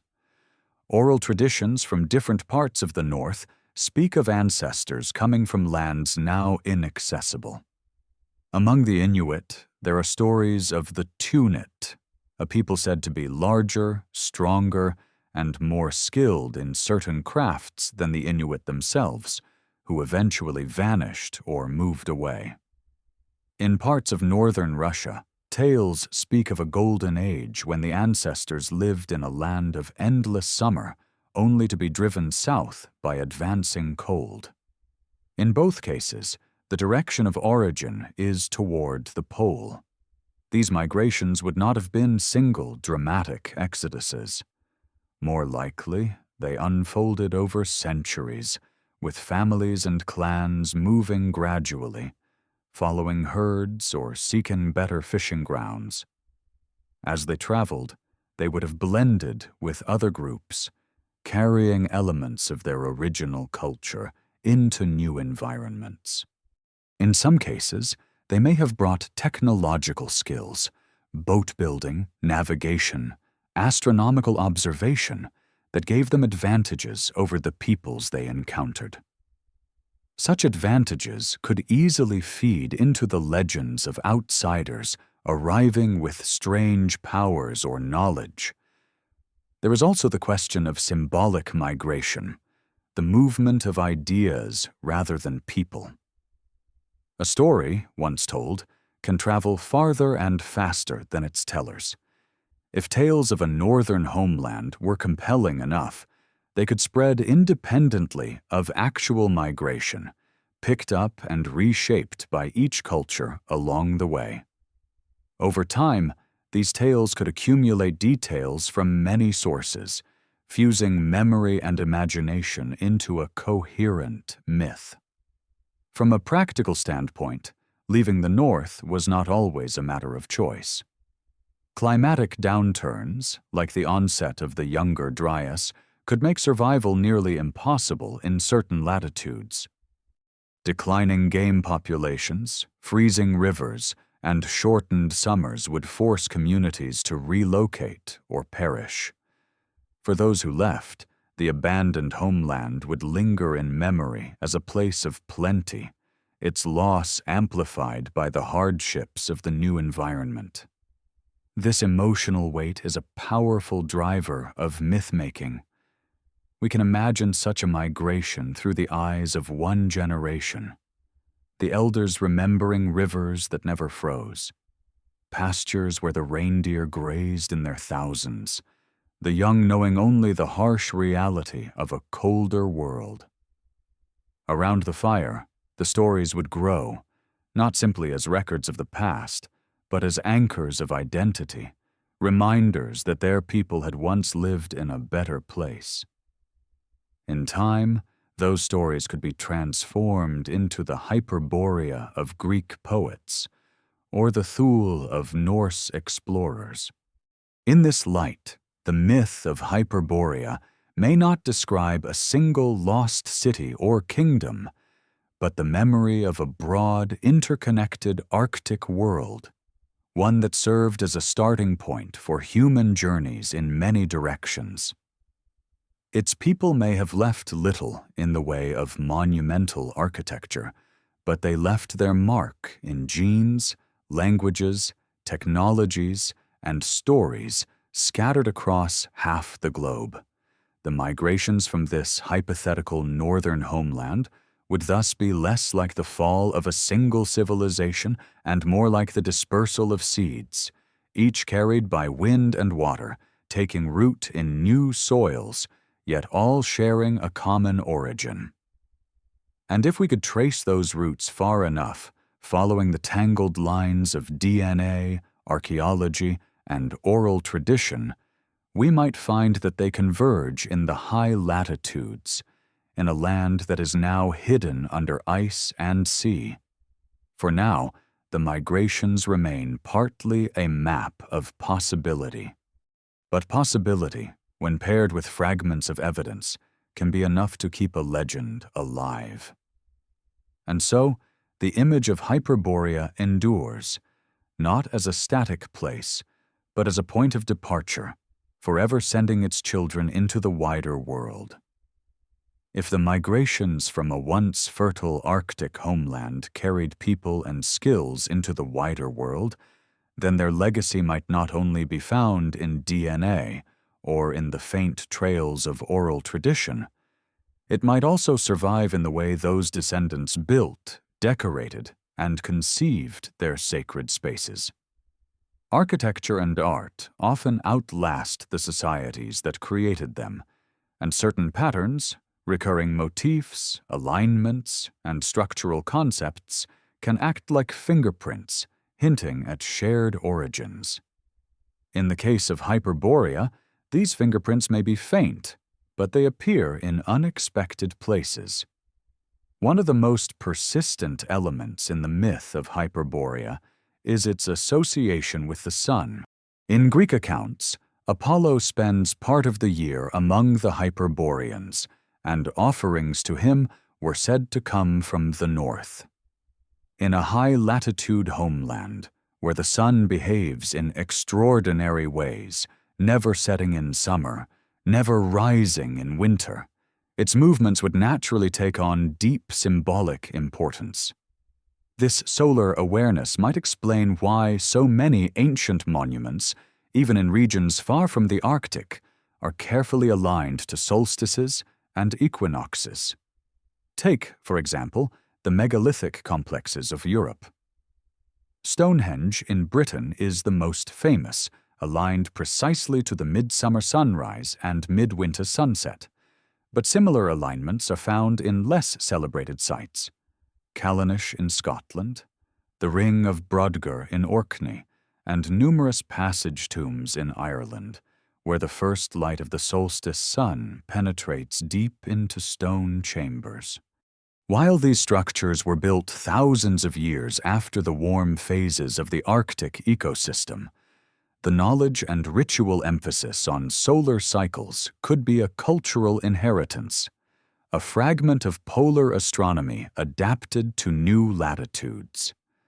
In northern Eurasia, petroglyphs carved into rock faces often depict spirals, wheels, and concentric circles, shapes widely interpreted as solar symbols. Some show reindeer or elk intertwined with these symbols, linking the animal most vital to Arctic subsistence with the celestial body that governs the seasons.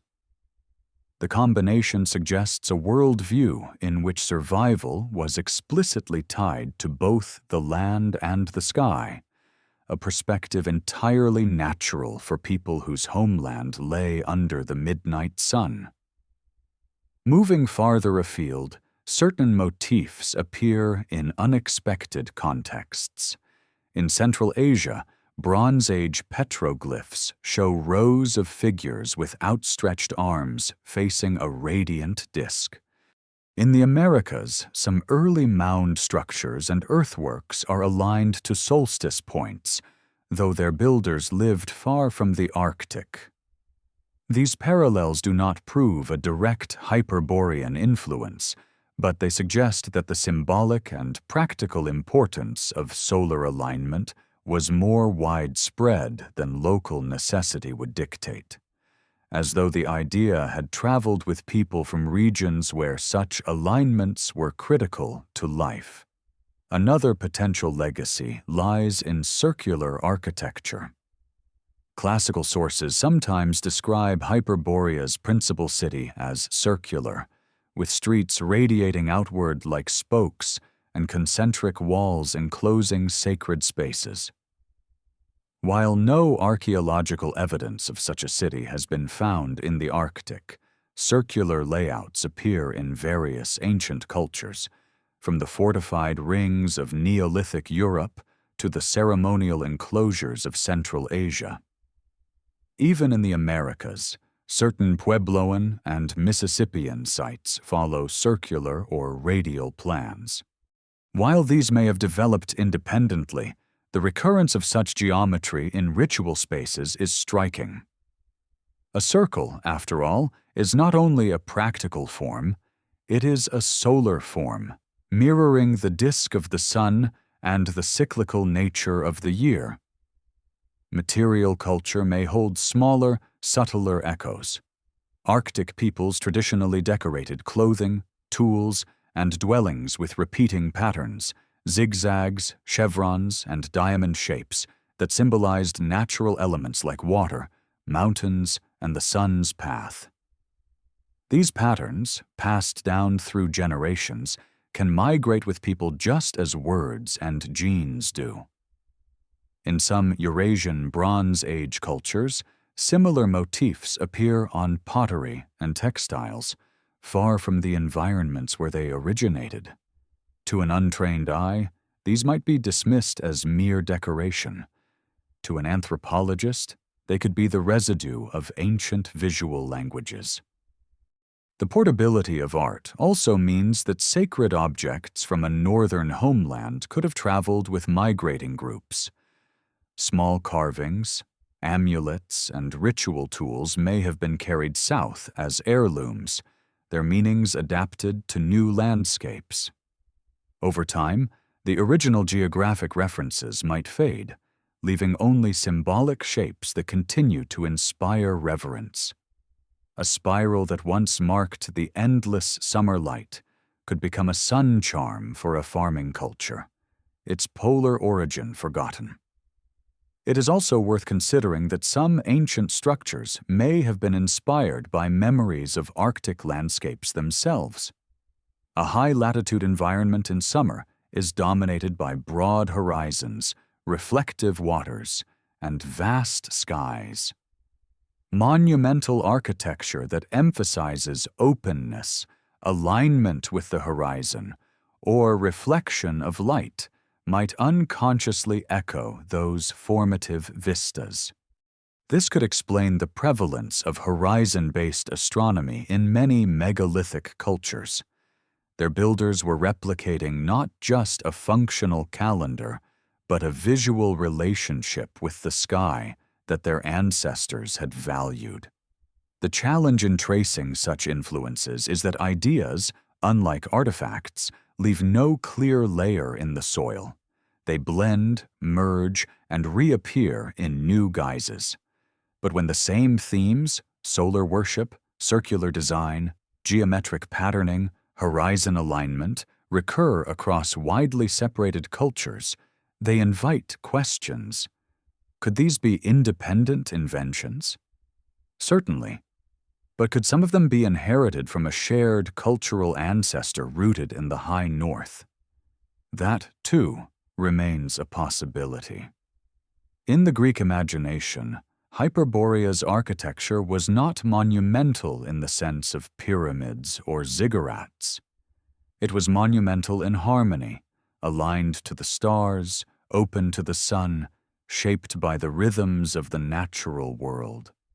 If such a place existed, its influence might not survive as ruins, but as a design philosophy embedded in the architecture and art of those who left. Seen in this light, the search for Hyperborea is not only a matter of looking for lost cities under ice.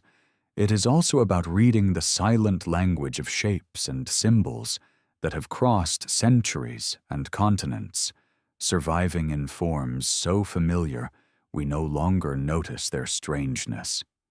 In these patterns, the North still whispers. Among the many threads that weave Hyperborea into the fabric of world mythology, none is brighter than its connection to the sun. In Greek tradition, the sun was not an abstract force, but a divine presence embodied in the chariot of Helios or in the golden figure of Apollo. And in this mythology, Hyperborea was not simply another distant land. It was the sun's favored sanctuary, a place where light reigned without interruption and the god himself came to dwell. Apollo's link to Hyperborea is one of the oldest in Greek myth. According to the poets, the god would leave his sanctuary at Delphi each winter and journey north, spending the cold months among the Hyperboreans before returning in spring. The symbolism is layered. In the temperate climate of Greece, the sun's power wanes in winter. Apollo's absence mirrors that dimming. In the Arctic, however, the sun behaves differently, disappearing entirely for part of the year, then returning to dominate the sky in summer. For a culture that had heard tales of such extremes, placing the sun god's winter residence in the far north made perfect sense.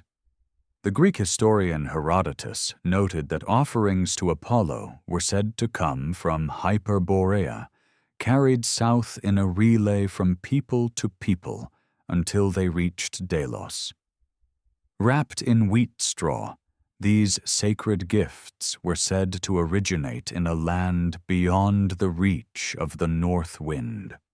Whether this was a literal trade route or a symbolic representation of cultural exchange, It speaks to a perceived connection between northern peoples and the heart of Greek religious life.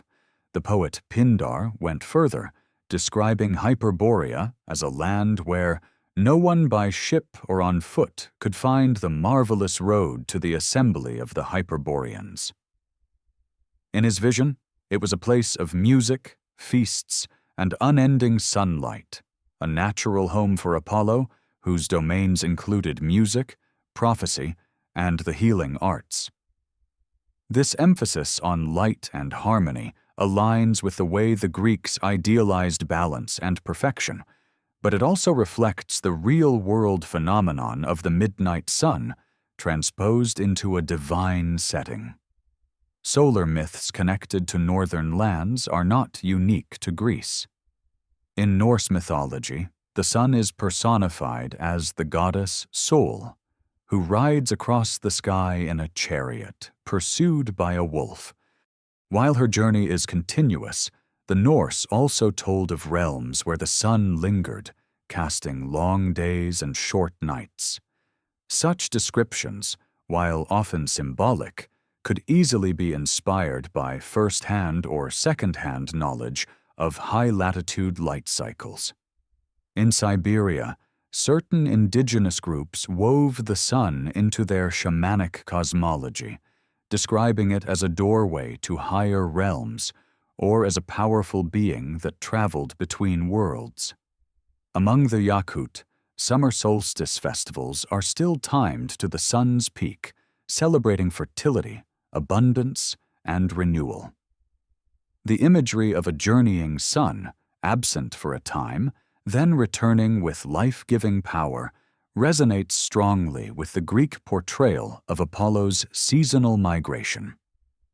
These parallels invite the question: could the Apollo Hyperborea myth encode ancient observations of the polar year? It is entirely possible that Greek sailors, traders, or storytellers encountered accounts from northern peoples describing the sun's unique behavior. In the Arctic summer, the sun's path shifts into a slow, tilted circle above the horizon, creating a continuous glow. In winter, it vanishes, leaving only twilight and darkness. For those accustomed to the regular cycle of day and night, such extremes would seem magical, perhaps even divine.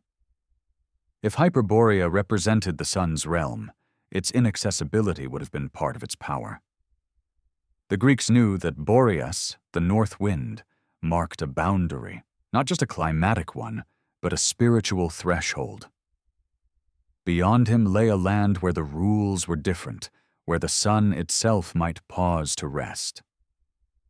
By placing Apollo there, they located the god's winter retreat in a realm both physically distant and cosmologically significant. Even Apollo's return to Greece each spring has astronomical resonance.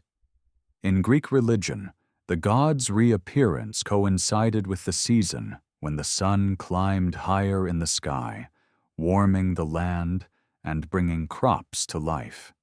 Just as Apollo was associated with healing, the returning sun healed the earth from winter's grip. In this way, the Hyperborea myth served as both a spiritual narrative and a natural calendar. Interestingly, the Apollo-Hyperborea connection also intersects with the idea of a golden age, a time when humans lived in harmony with the gods, free from toil and suffering. In many traditions, such golden ages are linked to specific places, often in the distant past or far from the known world. By situating Apollo's favored people in Hyperborea, the Greeks tapped into this archetype, imagining a land where divine presence was constant, mediated through endless sunlight. Some modern scholars have speculated that the Hyperborean cycle of Apollo could preserve distant memories of actual journeys, perhaps by seafaring peoples traveling to high latitudes during warmer climatic phases. Such voyages would have required remarkable skill, but not impossibility. The Phoenicians, for example, were known to sail long distances, and trade routes into the Black Sea and beyond connected the Mediterranean to the Eurasian steppe. Stories of extraordinary lands could easily filter south, to be reshaped into divine narratives. Whether or not the myth has a literal core, its persistence speaks to its power. Hyperborea was not just a place on the map, it was a symbol of renewal, light, and perfection. For the Greeks, it embodied the unreachable ideal, a reminder that even the gods needed a refuge, and that this refuge lay somewhere beyond the horizon, in the company of people untouched by the hardships of ordinary life. In the end, the solar myths of Hyperborea are not merely about astronomy or geography. They are about the human longing for a place where light never fades, where the cycles of loss and return are written in the sky, and where the divine is not a distant abstraction, but a presence that walks or sails among mortals. If the Arctic was once warmer and more navigable than it is today, it may not have been a remote cul-de-sac at the top of the world, but a corridor, a maritime highway linking continents. The idea that northern seas could serve as conduits for human movement may seem implausible in our age of ice-bound polar caps, but in warmer intervals of the past, it wasn't only possible, it was likely. And if such routes existed, they could explain how stories of a land like Hyperborea spread so widely, weaving their way into the myths of cultures separated by oceans. The simplest northern connection is the Bering Strait. During the low sea levels of the Ice Age, Beringia was a broad expanse of steppe and tundra, but even when it flooded, the distance between Siberia and Alaska was only about 50 miles, a short passage for skilled mariners in calm summer weather. Archaeological evidence shows that the peoples of both sides shared technologies and cultural traits, suggesting regular interaction. If the waters to the north of Beringia were seasonally ice-free during warmer periods, these same seafarers could have pushed farther along the Arctic coasts, linking with other high-latitude communities. Farther west, the Arctic coastline of Eurasia connects to the North Atlantic through a chain of islands and peninsulas. In the modern era, this route is choked by the permanent ice of the East Siberian and Kara seas, but during climatic warm phases, it may have opened enough for travel in skin boats or small wooden vessels. The indigenous peoples of the north, from the Chukchi to the Sami, have long traditions of coastal navigation, using boats built for stability in choppy seas. These vessels, propelled by paddles or sails made from animal hides, could cover significant distances in the long days of the Arctic summer. One intriguing possibility is that such northern routes linked Europe and North America long before the Norse voyages of the 10th century. The Dorset and Thule cultures of Arctic Canada left artifacts that bear resemblance to objects from Siberia, suggesting that contact, direct or indirect, crossed the pole. The Norse sagas themselves record knowledge of lands to the far north and west, some described as rich in game and timber. While most scholars see these as references to Greenland and Labrador, the saga's vague descriptions of summer-long days and ice-free coasts hint at older, inherited geographic knowledge. The idea of transpolar contact also appears in the realm of trade goods. Archaeologists have found drift copper from the Coppermine River in Canada in sites far to the west in Alaska, while obsidian from Siberia has turned up in sites far to the east. While these materials could have moved through slow, multi-generational exchange networks, the distances and time frames suggest that at least some of the movement was relatively direct. If the Arctic Ocean could be crossed in segments, stopping at seasonal camps or islands along the way, the exchange of goods and stories becomes plausible. To the south of the Arctic proper, another set of routes connects northern Eurasia to the Atlantic. The river systems. The Ob, Yenisei, and Lena rivers in Siberia, and the Pechora in European Russia all flow northward into the Arctic Ocean. In warmer periods, these rivers could have been navigable far inland, linking the Arctic coast to the vast interior of Eurasia. Goods, people, and information could travel from the steppe to the sea and onward along the coast, forming a network that paralleled more familiar southern trade routes. In this way, stories of a northern land, its light, its abundance, could move from community to community, eventually reaching cultures far removed from its source. Seafaring traditions in the high north also reveal an adaptability to extreme conditions that could support long-distance voyages. The umiak of the Inuit, for example, is a large, open boat made from driftwood frames and sealskin coverings capable of carrying dozens of people. It is designed for both speed and stability, and can be paddled or sailed. While today these boats are used mainly for hunting and local travel, in the past they could have served as exploration craft, following coastlines for hundreds of miles. Even the Greenlanders of the Norse period, who settled on the island's southern coast, ventured north along the west coast to hunt walrus and trade ivory. They reached as far as Ellesmere Island, facing the Lincoln Sea, one of the most challenging bodies of water in the Arctic. That they managed such voyages in the colder climate of the late medieval period suggests that earlier, warmer eras would have made longer voyages more feasible. The possibility of transpolar or circumarctic contact also raises questions about the spread of symbolic systems. Certain solar motifs, geometric patterns, and animal imagery appear in both Eurasian and North American Arctic art, sometimes with striking similarity. While convergent evolution in art is possible, such parallels invite the question of whether they share a common origin, perhaps from a high-latitude culture whose influence radiated outward in multiple directions. If such contact occurred, it would not have been constant or easy.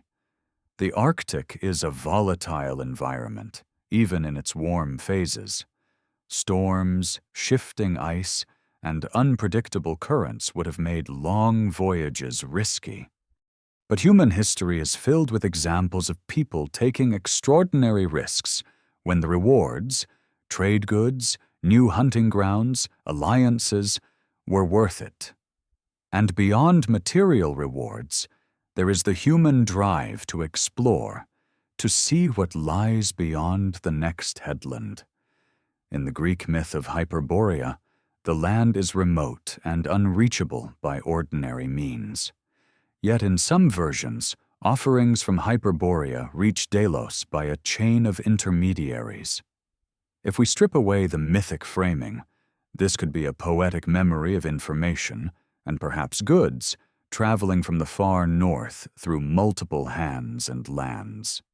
The northern route may not have been sailed in a single epic journey, but in many smaller voyages, each connecting one link in a chain that spanned continents. Modern oceanographic studies support the idea that the Arctic Ocean, during certain periods of the Holocene, had reduced sea ice in summer, especially along coastal margins. Combined with the lower sea levels of earlier times, this would have created more land for staging points and easier navigation. For the people of such a time, the North would not have been a forbidding end of the earth, but a navigable frontier.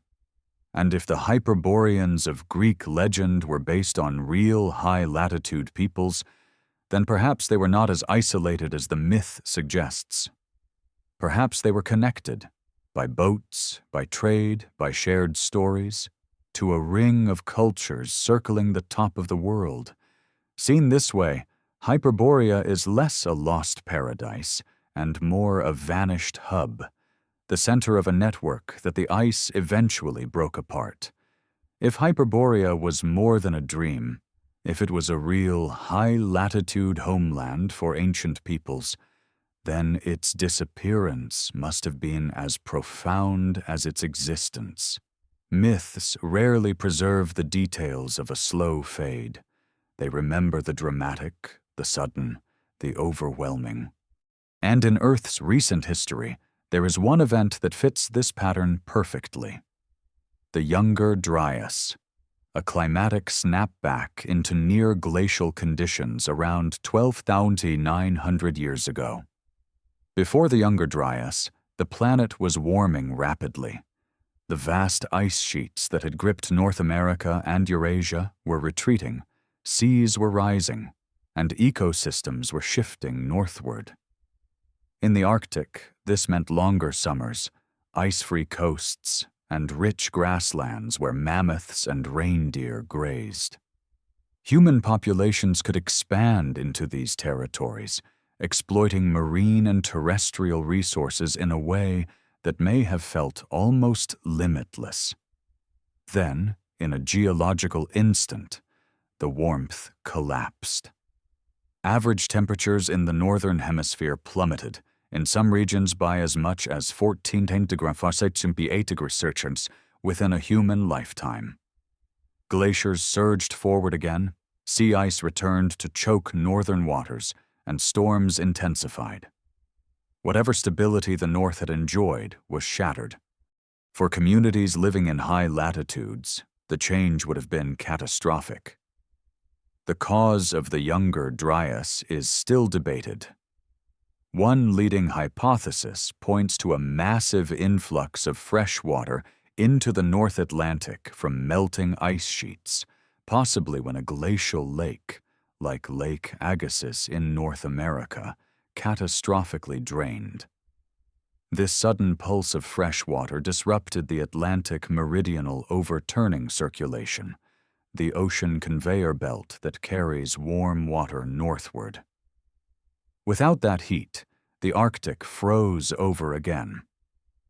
Another theory suggests a comet or meteor impact, which could have triggered massive fires, atmospheric dust loading, and rapid cooling.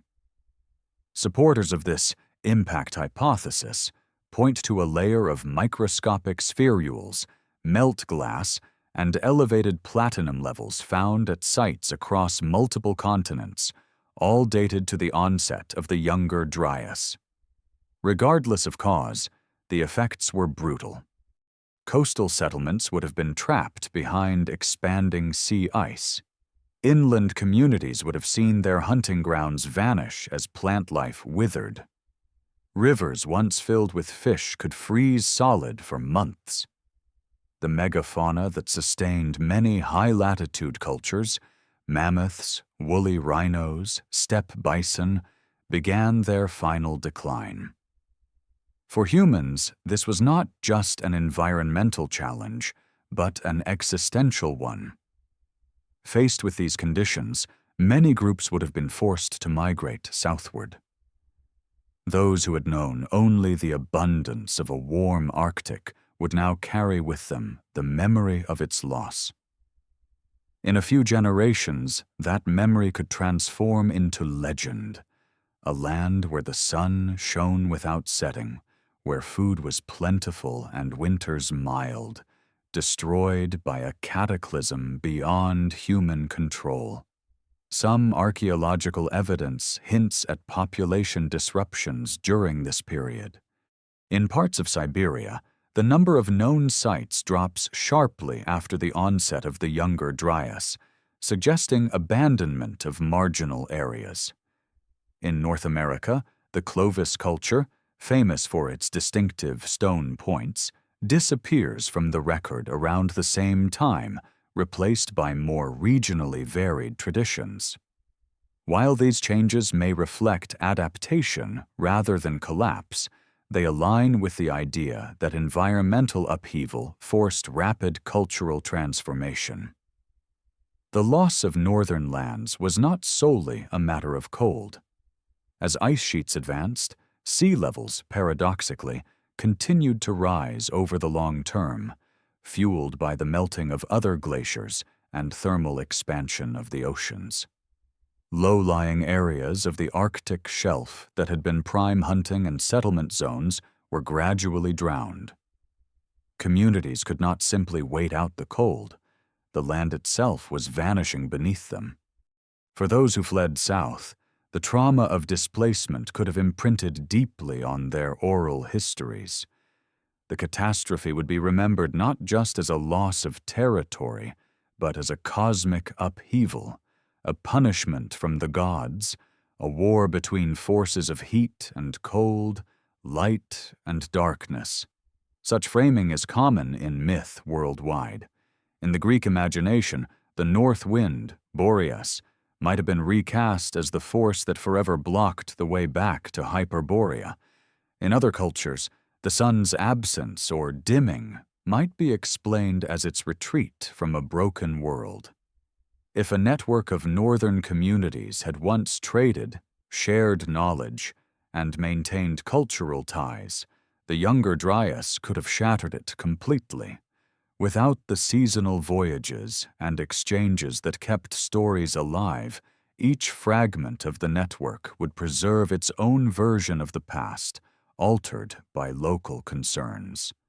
Over millennia, those versions would diverge, leaving only the faintest family resemblance between a Greek poet's Hyperborea, a Norse seafarer's Ultima Thule, and a Siberian shaman's Summerland of the spirits. In this light, the younger Dryas becomes not just a climatic event, but the historical rupture that explains why no physical Hyperborea has been found. Its cities, if they existed, could be buried under permafrost or drowned on the continental shelf. Its monuments could have been dismantled for survival or abandoned to the ice.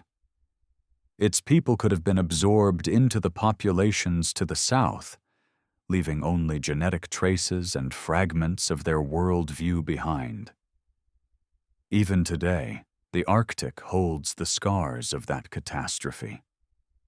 In Greenland's ice cores, the younger Dryas is marked by a sharp change in isotopic ratios, a frozen spike of cold in the slow climb out of the Ice Age.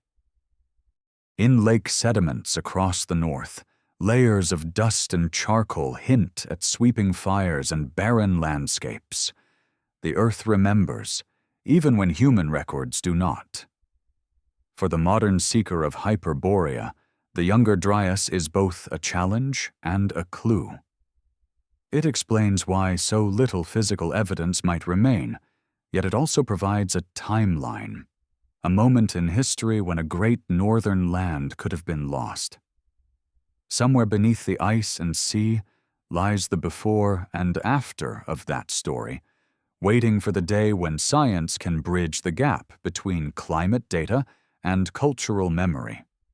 Until then, Hyperborea endures as a survivor in myth, a bright, unreachable shore glimpsed across the dark gulf of catastrophe.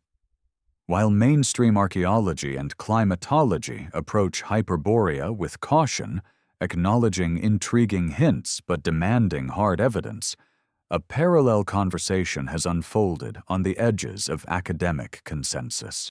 In this realm, writers, researchers, and speculative historians have woven the fragments of myth, geology, and archaeology into sweeping narratives about a lost polar civilization. These interpretations often blend fact with conjecture, blurring the line between disciplined hypothesis and visionary storytelling. Yet they have helped keep Hyperborea alive in the public imagination, giving it a modern voice long after its ancient one fell silent. One of the most prominent figures in this arena is Graham Hancock. In his books and documentaries, Hancock suggests that the world's myths preserve a memory of an advanced Ice Age civilization, a culture that flourished during a period of relative warmth, only to be destroyed by a cataclysm around the end of the last Ice Age. While he does not always identify Hyperborea by name, the concept of a northern homeland recurs in his work. He points to similarities in ancient megalithic architecture, advanced astronomical alignments, and myths of civilizing gods who came from distant lands, often associated with the north or the sea. For Hancock, Hyperborea could be one thread in a much larger tapestry connecting prehistory across continents. Zecharia Sitchin, though more controversial still, took the idea in a different direction. Interpreting ancient Mesopotamian texts, he proposed that humanity's early civilizations were influenced by extraterrestrial visitors, the Anunnaki, who may have had a presence in polar regions. For Sitchin, the extreme north and south could have been ideal bases for such beings, remote yet strategically positioned for planetary observation. While mainstream scholars reject his translations and conclusions, his work fed into the modern mystique of the poles as sites of ancient power and hidden knowledge. Robert Schoch, best known for his work on geological weathering at the Sphinx, has also entertained the idea that advanced cultures existed much earlier than accepted by orthodox archaeology. He links sudden climatic shifts, like the Younger Dryas, with the abrupt disappearance of these cultures. In interviews and essays, Schoch has speculated that a high-latitude homeland, perhaps even within the Arctic Circle, could explain certain commonalities in myth and ancient science. These thinkers are often criticized for extrapolating far beyond the evidence. Academic reviewers accuse them of cherry-picking data, ignoring contradictory findings, and blurring myth with literal history. Yet, their work taps into a deep public hunger for narratives that connect the dots between disparate ancient mysteries. And in the case of Hyperborea, they keep the question alive. What if the legend is not pure invention? Some fringe theorists focus specifically on polar geography. Hollow Earth proponents, a small but persistent group, have claimed that Hyperborea was not merely at the pole, but within it, accessible through hidden openings at the Arctic. They interpret ancient descriptions of lands beyond the wind as coded references to inner worlds lit by a central sun. While this idea lies firmly outside scientific plausibility, it demonstrates the adaptability of the Hyperborean myth. It can be reinterpreted to fit almost any cosmology. Other modern reinterpretations lean more heavily on geology and paleoclimatology. Writers like Charles Hapgood argued that sudden shifts in Earth's crust, crustal displacement, could move entire continents into and out of polar regions within human memory. In Hapgood's model, a once temperate Arctic could have become ice-bound in a geological blink, erasing the evidence of civilizations that had flourished there. While modern plate tectonics does not support Hapgood's exact mechanism, his idea inspired figures from Albert Einstein, who wrote a foreword to Hapgood's work, to later authors seeking natural explanations for lost worlds. The appeal of these fringe perspectives lies partly in their narrative freedom. Mainstream scholarship, constrained by peer review and rigorous methodology, advances cautiously. Fringe history can leap, connecting myths from Greece, Siberia, and the Americas in a single breath, uniting petroglyphs, megaliths, and astronomical data into one grand theory. This freedom makes for compelling storytelling, even if the chain of evidence is tenuous.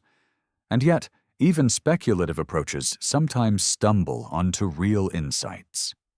Decades before paleoecologists confirmed the warmth of certain Arctic periods, fringe writers were already proposing a green, habitable pole. Before the discovery of ancient settlements like Yana RHS and Zhukov Island, the idea of permanent human habitation in the high Arctic was dismissed outright by most academics. In both cases, the evidence did not prove the grand claims of a lost super-civilization, but it did show that reality could be stranger than orthodox timelines assumed. Fringe histories also serve another function. They act as cultural repositories, preserving myths and obscure accounts that might otherwise be forgotten. While their interpretations may be flawed, their collections of cross-cultural parallels, ancient maps, and neglected folklore create a body of material that can be revisited with more disciplined tools. In this sense, even the most speculative Hyperborean theories contribute, indirectly, to the broader conversation. In the popular mind, the Hyperborea of fringe history is often a shining city beneath the aurora, a realm of advanced knowledge, harmony with nature, and perhaps even technologies we can barely imagine. This romanticized vision owes as much to modern ideals as to ancient sources, but it is no less potent for being an invention. Indeed, it mirrors the way ancient Greeks projected their own ideals onto Hyperborea, turning it into a reflection of what they valued most. Mainstream researchers may never embrace these expansive reconstructions, but they cannot ignore the public fascination they inspire. In the end, the Hyperborea of fringe history is a reminder that myth is not static. It evolves, shaped by each era's hopes, fears, and understanding of the world. Whether as a poetic metaphor, a lost homeland, or an alien outpost, the idea of a civilization at the top of the world remains too evocative to vanish entirely. Perhaps, somewhere between the rigor of science and the leaps of speculation, lies the real story, one that neither camp has fully uncovered. Until then, Hyperborea lives on, not just in the dusty pages of ancient poets, but in the restless imagination of those who cannot stop asking, what if? By the dawn of the Renaissance, the classical world's geography had been partly rediscovered through ancient texts, yet the far north remained as enigmatic as ever. Hyperborea, though absent from maps, endured in poetry, allegory, and art, reshaped by each generation's imagination.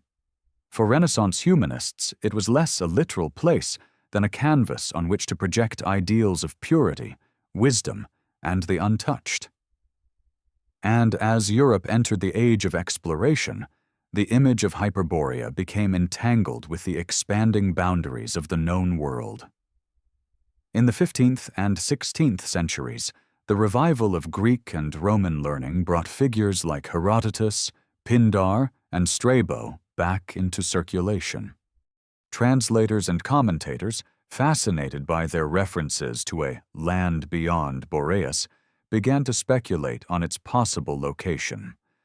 Some aligned it with Iceland, others with the mysterious Ultima Thule described by Pythias. Gerardus Mercator's famed 16th-century world map even placed an elaborate depiction of the Arctic, featuring 4 great rivers converging on a magnetic mountain at the pole, an image that blended ancient hearsay with medieval cosmography. This vision of the North as a center of natural forces resonated with the Renaissance fascination for harmonies between the human, the earthly, and the celestial. Literature of the era often invoked Hyperborea as a metaphor for untouched virtue. In pastoral poetry, it was the unreachable Arcadia transposed to a polar latitude, a realm unspoiled by the corruption of cities.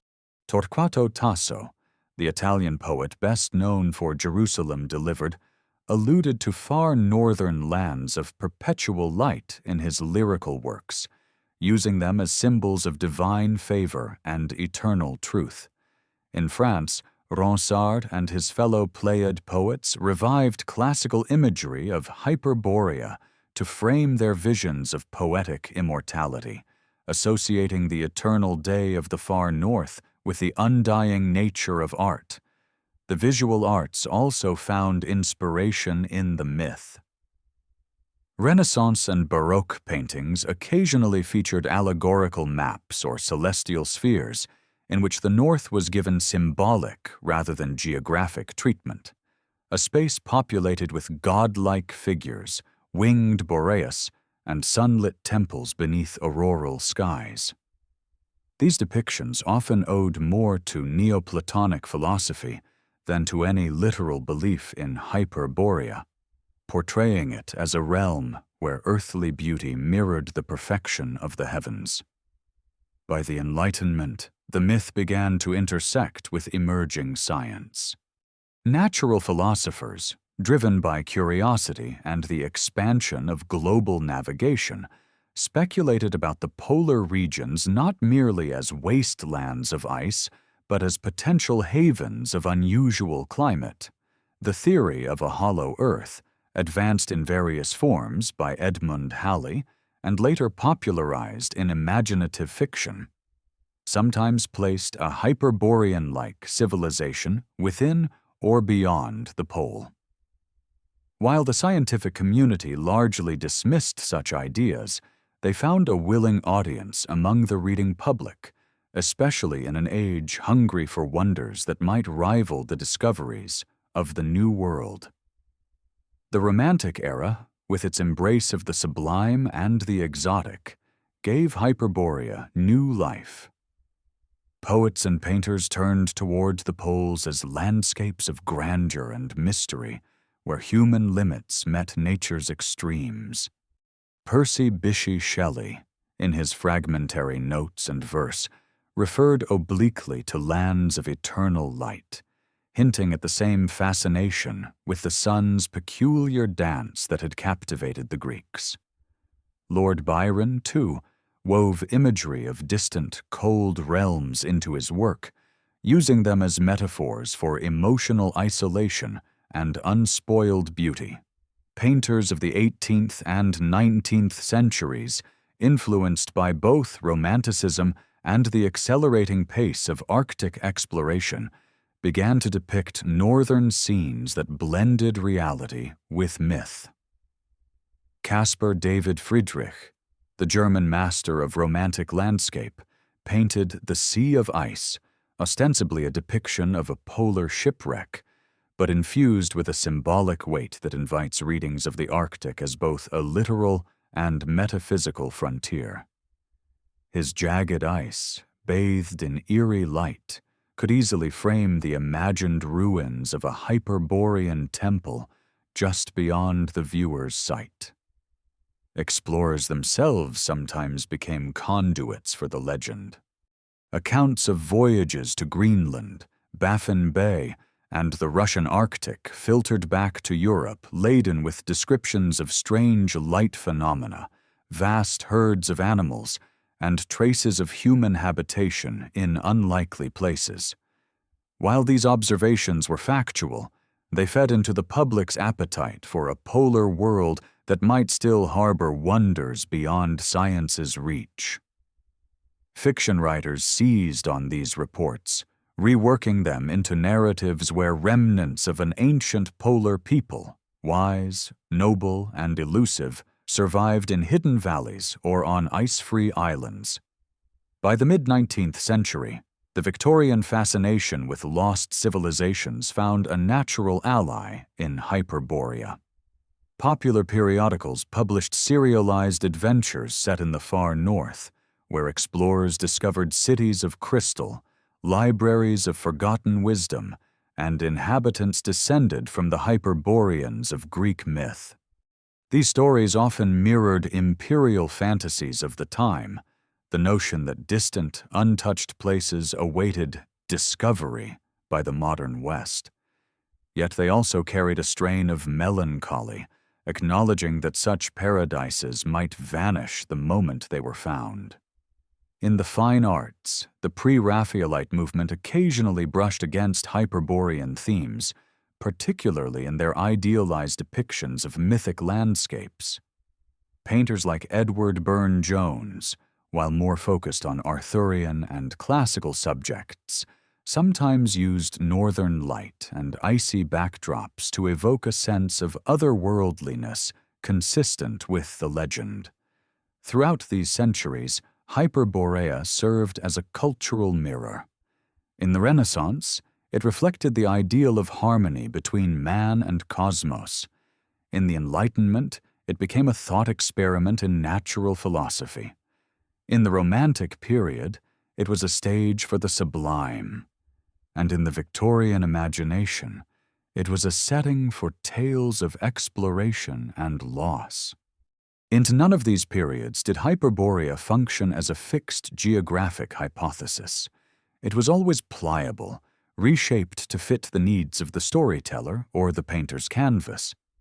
And yet, despite these shifts, certain constants remained: the light that never fades, the distance that defies easy travel, and the sense of a people living in alignment with forces greater than themselves. These elements, inherited from antiquity, ensured that Hyperborea retained its mythic charge long after the original cultures that spoke of it had vanished. By the end of the 19th century, as Arctic exploration reached its modern limits and the map's white spaces were filled in, Hyperborea seemed destined to retreat fully into the realm of metaphor. But the 20th century would prove otherwise, for even as the last physical mysteries of the Arctic were charted, new cultural and political forces would breathe life into the legend again, sending it in directions the ancients could never have imagined. By the 19th century, the age of sail had shrunk the map of the world to a handful of blank spaces, and the Arctic loomed largest among them. For centuries, Hyperborea had existed in literature and art as a poetic ideal, but now ships were leaving European ports to penetrate the icy barrier itself. The explorers who braved the far north were not searching for Apollo's summer home. They were looking for new trade routes, scientific knowledge, and national glory. Yet again and again, their accounts returned with details that echoed elements of the old myth: strange lights, unseasonable warmth, and signs of human presence in places the maps marked as void. The earliest wave of modern Arctic exploration was driven by the dream of the Northwest Passage, a sea route through the Arctic connecting the Atlantic and Pacific Oceans. In 1818, the British Admiralty began sending expeditions deep into the ice.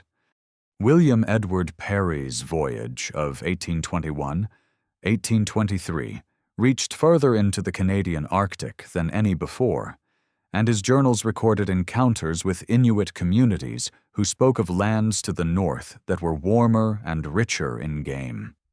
To Parry, these were simply local hunting grounds, but to a mind steeped in classical lore, such reports could have been interpreted as whispers of a Hyperborean remnant. Other explorers encountered more tangible mysteries. In 1879, the ill-fated Jeannette expedition, commanded by George W. DeLong, became trapped in the pack ice north of Siberia. The ship drifted for nearly 2 years before being crushed, but during the drift, crew members observed strange phenomena: large stretches of open water far north of the expected ice line, and seabirds flying from the direction of the pole. These sightings fueled speculation that an open polar sea might exist, a warm water ocean encircled by ice, perhaps even sheltering unknown lands. The idea was not new. 18th-century cartographers like Mercator had sketched similar concepts, perhaps influenced by ancient legends. The Norwegian explorer Fridtjof Nansen's 1893–1896 Fram expedition was designed to test the theory of polar drift, but it also brought back uncanny impressions. Nansen and his companion Hjalmar Johansen, attempting a dash to the pole, found themselves navigating in conditions that alternated between brutal cold and inexplicable thaws. They reported mirages, towering cliffs and distant land masses shimmering above the horizon. Some of these were likely fata morgana, optical illusions caused by atmospheric refraction. But to the popular press of the time, they revived the possibility that unknown islands, perhaps even the last refuge of a Hyperborean culture, awaited discovery.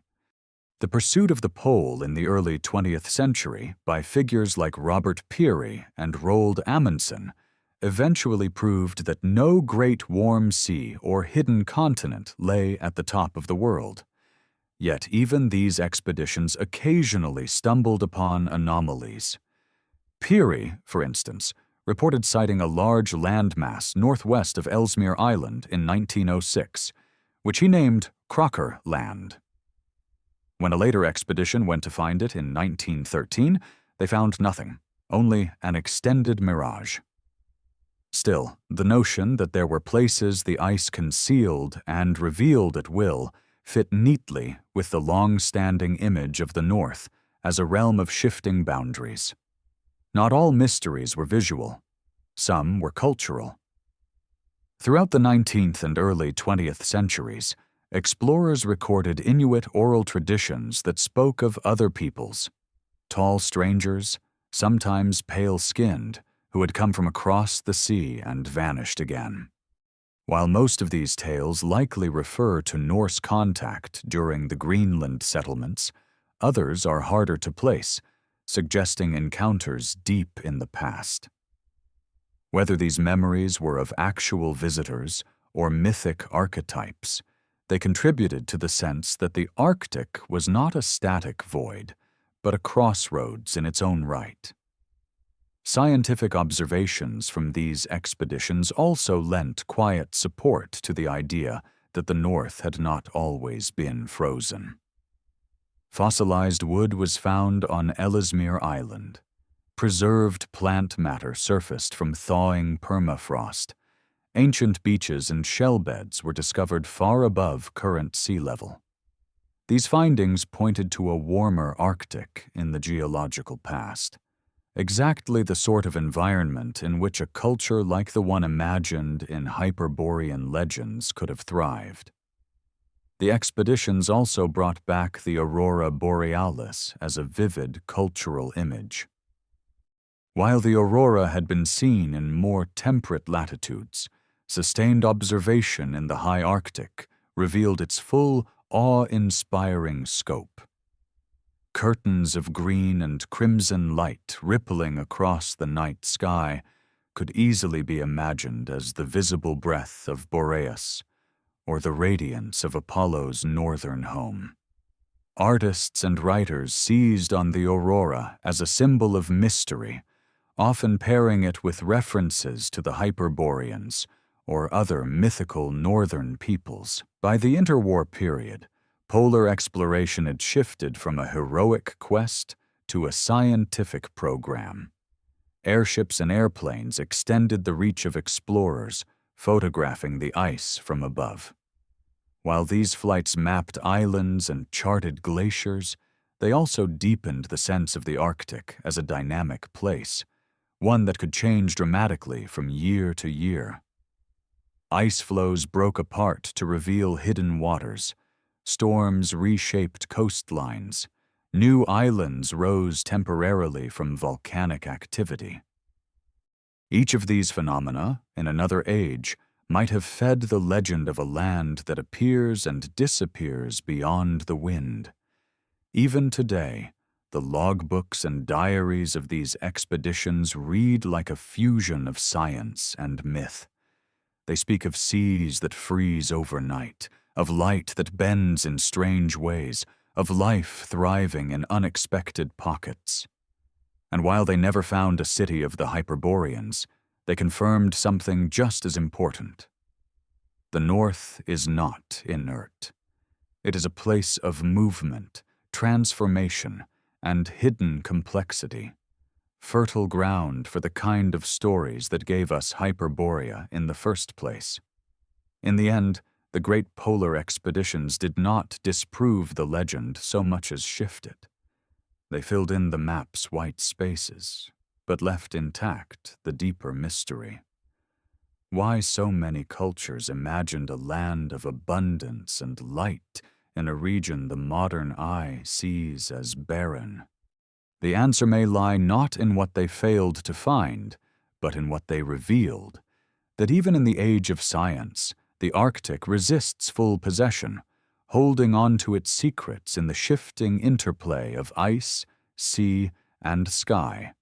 By the early 20th century, Hyperborea was no longer just a distant land in the popular imagination. It had evolved into something more abstract, a symbol of origin, a cradle of wisdom that seeded the great civilizations of the ancient world. This transformation was not the work of explorers or cartographers, but of philosophers, mystics, and esoteric thinkers who saw in the legend of Hyperborea a key to humanity's forgotten past. For them, the icy realm beyond the North Wind was not merely a physical location, but the point of departure for migrations of people, ideas, and spiritual truths. In occult circles, Hyperborea began to be linked with the idea of a primordial tradition, a body of knowledge said to predate recorded history, encompassing astronomy, geometry, agriculture, and metaphysical insight. Writers such as René Guénon and Julius Evola, though differing in their interpretations, both placed the origin of this tradition in a polar homeland. To them, the North was not simply geographic, it was symbolic of stability. The axis mundi, the cosmic axis around which the heavens revolve. Hyperborea, in this reading, was the earthly reflection of that axis, a place aligned with the stars in both space and meaning. The Theosophical Society, founded by Helena Blavatsky in the late 19th century, further developed this vision. Blavatsky described successive root races of humanity, each originating in different sacred lands. For her, the second of these races had lived in Hyperborea, which she placed in a region corresponding to what is now the Arctic. She claimed that the Hyperboreans possessed extraordinary longevity and spiritual powers, existing in harmony with the forces of nature before the world's axis shifted and their homeland was plunged into cold. While these ideas were speculative and deeply metaphysical, they found an eager audience among those dissatisfied with conventional history. Some proponents connected Hyperborea's supposed knowledge to tangible ancient achievements. They argued that megalithic structures such as Stonehenge, the Goseck Circle in Germany, and the vast stone alignments at Carnac in France displayed a level of astronomical precision that must have been inherited from a more advanced culture. Since many of these alignments involved tracking the solstices and the movements of circumpolar stars, the idea emerged that their designers might have been preserving a memory of life in high latitudes, where the sun behaves in extreme ways. In this framework, Hyperborea was not merely a mythic Eden, but a university of the deep past, a place where humanity first learned to read the sky, calculate the seasons, and perhaps even conceive of the Earth as a sphere. Advocates pointed to similarities in mythologies worldwide. Gods or culture bringers arriving from the north, bringing with them agriculture, laws, and the arts. In Greek tradition, Apollo's seasonal journey from Hyperborea to Delphi could be seen as the symbolic transfer of wisdom from the polar homeland to the Mediterranean. In the Vedic hymns of ancient India, there are references to dawns lasting many days and to a people living where the sun stood still. Descriptions that some interpret as echoes of polar experience. The connection between Hyperborea and sacred geometry became another focal point for these theories. Certain esoteric schools claimed that the proportions of ancient temples, the layout of ceremonial sites, and even the dimensions of the Great Pyramid reflected knowledge of the Earth's polar circumference and axial tilt. If such knowledge existed in antiquity, where could it have come from? For Hyperborean theorists, the answer was clear. It originated in a civilization that had observed the heavens from the vantage point of the far north, where celestial motions appear in their purest form. Of course, these ideas remain outside the mainstream. Archaeologists attribute the skills of ancient builders to local innovation, cultural exchange, and long observation, without requiring a vanished Arctic progenitor. But for those who believe in a Hyperborean origin, the lack of direct evidence is not an obstacle. Rather, it is part of the mystery. They argue that the destruction of Hyperborea, whether by climate catastrophe, axial shift, or flooding, would have erased most physical traces, leaving only the knowledge carried by survivors as they migrated south. In the 20th century, these concepts filtered into popular culture through a variety of channels: speculative non-fiction, fantasy literature, and even political ideology. While some appropriations were benign, others twisted the myth to serve dangerous purposes, seeking to link Hyperborea to ideas of racial purity or territorial destiny. This misuse complicates any modern discussion of the legend, showing how a symbol of universal origin can be recast into a tool of exclusion. Yet, in its more open and imaginative forms, the idea of Hyperborea as a center of knowledge continues to inspire. Modern alternative historians often pair it with emerging scientific evidence about rapid climate change at the end of the Ice Age. They point to submerged structures off the coasts of Japan and India, the discovery of sophisticated artifacts in unexpected contexts, and the resilience of certain astronomical traditions as hints that fragments of a lost, coherent system of knowledge have survived in pockets across the globe. In recent decades, digital mapping, satellite imagery, and undersea surveys have revealed more of the Arctic's past than ever before. Paleoecologists have reconstructed ancient forests that once grew within the Arctic Circle, while geneticists have traced human lineages back through corridors of migration that might once have connected a green polar region with the rest of Eurasia. None of this proves that a Hyperborean academy of the ancients existed, but it does make the idea of long-term human presence in the far north less implausible than it once seemed. Ultimately, the vision of Hyperborea as an ancient center of knowledge serves two intertwined purposes. On one hand, it invites speculation about humanity's deep past, challenging the boundaries of conventional timelines. On the other, it acts as a metaphor for the origin point of all understanding, the north that exists in the mind, a place from which clarity radiates outward like sunlight on a summer solstice.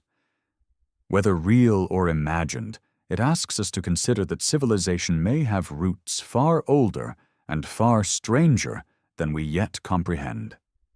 And so the legend persists, part history, part dream, part mirror held up to our own longing to know where we began. In that longing, Hyperborea remains alive, a white flame burning in the shadowed archives of memory. There is a place on the map where lines of longitude converge so tightly they seem to disappear into a single point, a mathematical illusion that hides in plain sight. It is there, at the very top of the world, that the myth of Hyperborea has always lived, just beyond the last black contour of the known. The Arctic wind is different here. It doesn't howl. It murmurs, as if carrying the residue of languages no longer spoken, syllables smoothed into pure sound by centuries of snow. Those who have come close speak of a stillness unlike any other, not the absence of motion, but a suspension, as though time has paused to listen. Above, the sky shifts with the weightless choreography of the aurora, green waves folding into violet, violet dissolving into gold. Each color spills into the next without border, like memory bleeding into dream. In the long summer, the sun skims the horizon without falling, tracing a slow circle that turns the ice into a mirror. In that mirror, it is said, the past sometimes looks back. Far below the surface, in the dark strata of permafrost, are roots of trees that have not touched air in tens of thousands of years. Their fibers are dry, their shape intact. Ghosts of a forest that once drank from rivers now locked in ice.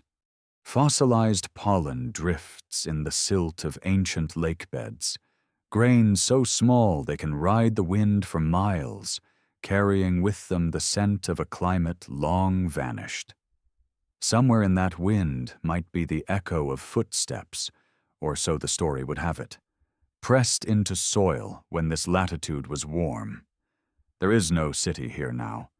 No columns, no walls, no library of carved stone waiting to be found. If Hyperborea existed, the ice has taken everything but its outline, leaving only fragments scattered across time. A name in a poem, a diagram in an old map, a legend told by firelight in a village at the edge of the world. Yet the absence itself becomes a kind of presence, a space where the imagination insists on building. The more the ice resists, the more vividly the mind supplies its own architecture. Temples bathed in the low amber sun, courtyards open to a sky that never darkens, gardens walled not by stone, but by the curve of the horizon. Some nights in the high Arctic, when the temperature drops far enough, sound travels for miles. A voice shouted on the edge of a fjord can bounce off unseen ice cliffs and return, altered from a direction the speaker did not face. It is easy, in that moment, to believe you have heard an answer from somewhere else. Perhaps this is how the myth has lasted. Not through proof, but through resonance, each generation hearing its own question reflected back from the north. The explorers have gone, the ships have rotted, the last dog-sled trails have been erased by drifting snow, but the pole remains, cold, shifting, light-struck, as if guarding something not meant to be reached. There is a moment, standing there, when the compass loses its meaning, when every direction becomes south, and the idea of home turns inside out. It is then that you realize the myth was never about a fixed place. It was about the movement toward it, the act of following a line that can never be completed. Imagine walking alone across the ice in late summer. The air is clear enough to make every shadow sharp. Far off, a single bird wheels in the light, its wings catching the sun so it appears, and vanishes in alternating flashes. The ice beneath your feet is ridged and scored, marked by forces you cannot see. Somewhere below, the deep ocean moves in silence. Somewhere above, the sky carries colors it doesn't have elsewhere. And somewhere, you cannot tell if it is ahead or behind, is the edge of the world, the place the old stories call Hyperborea. You do not arrive. You do not even see it. But in the space between each step, there is a change, not in the land, but in the way you listen.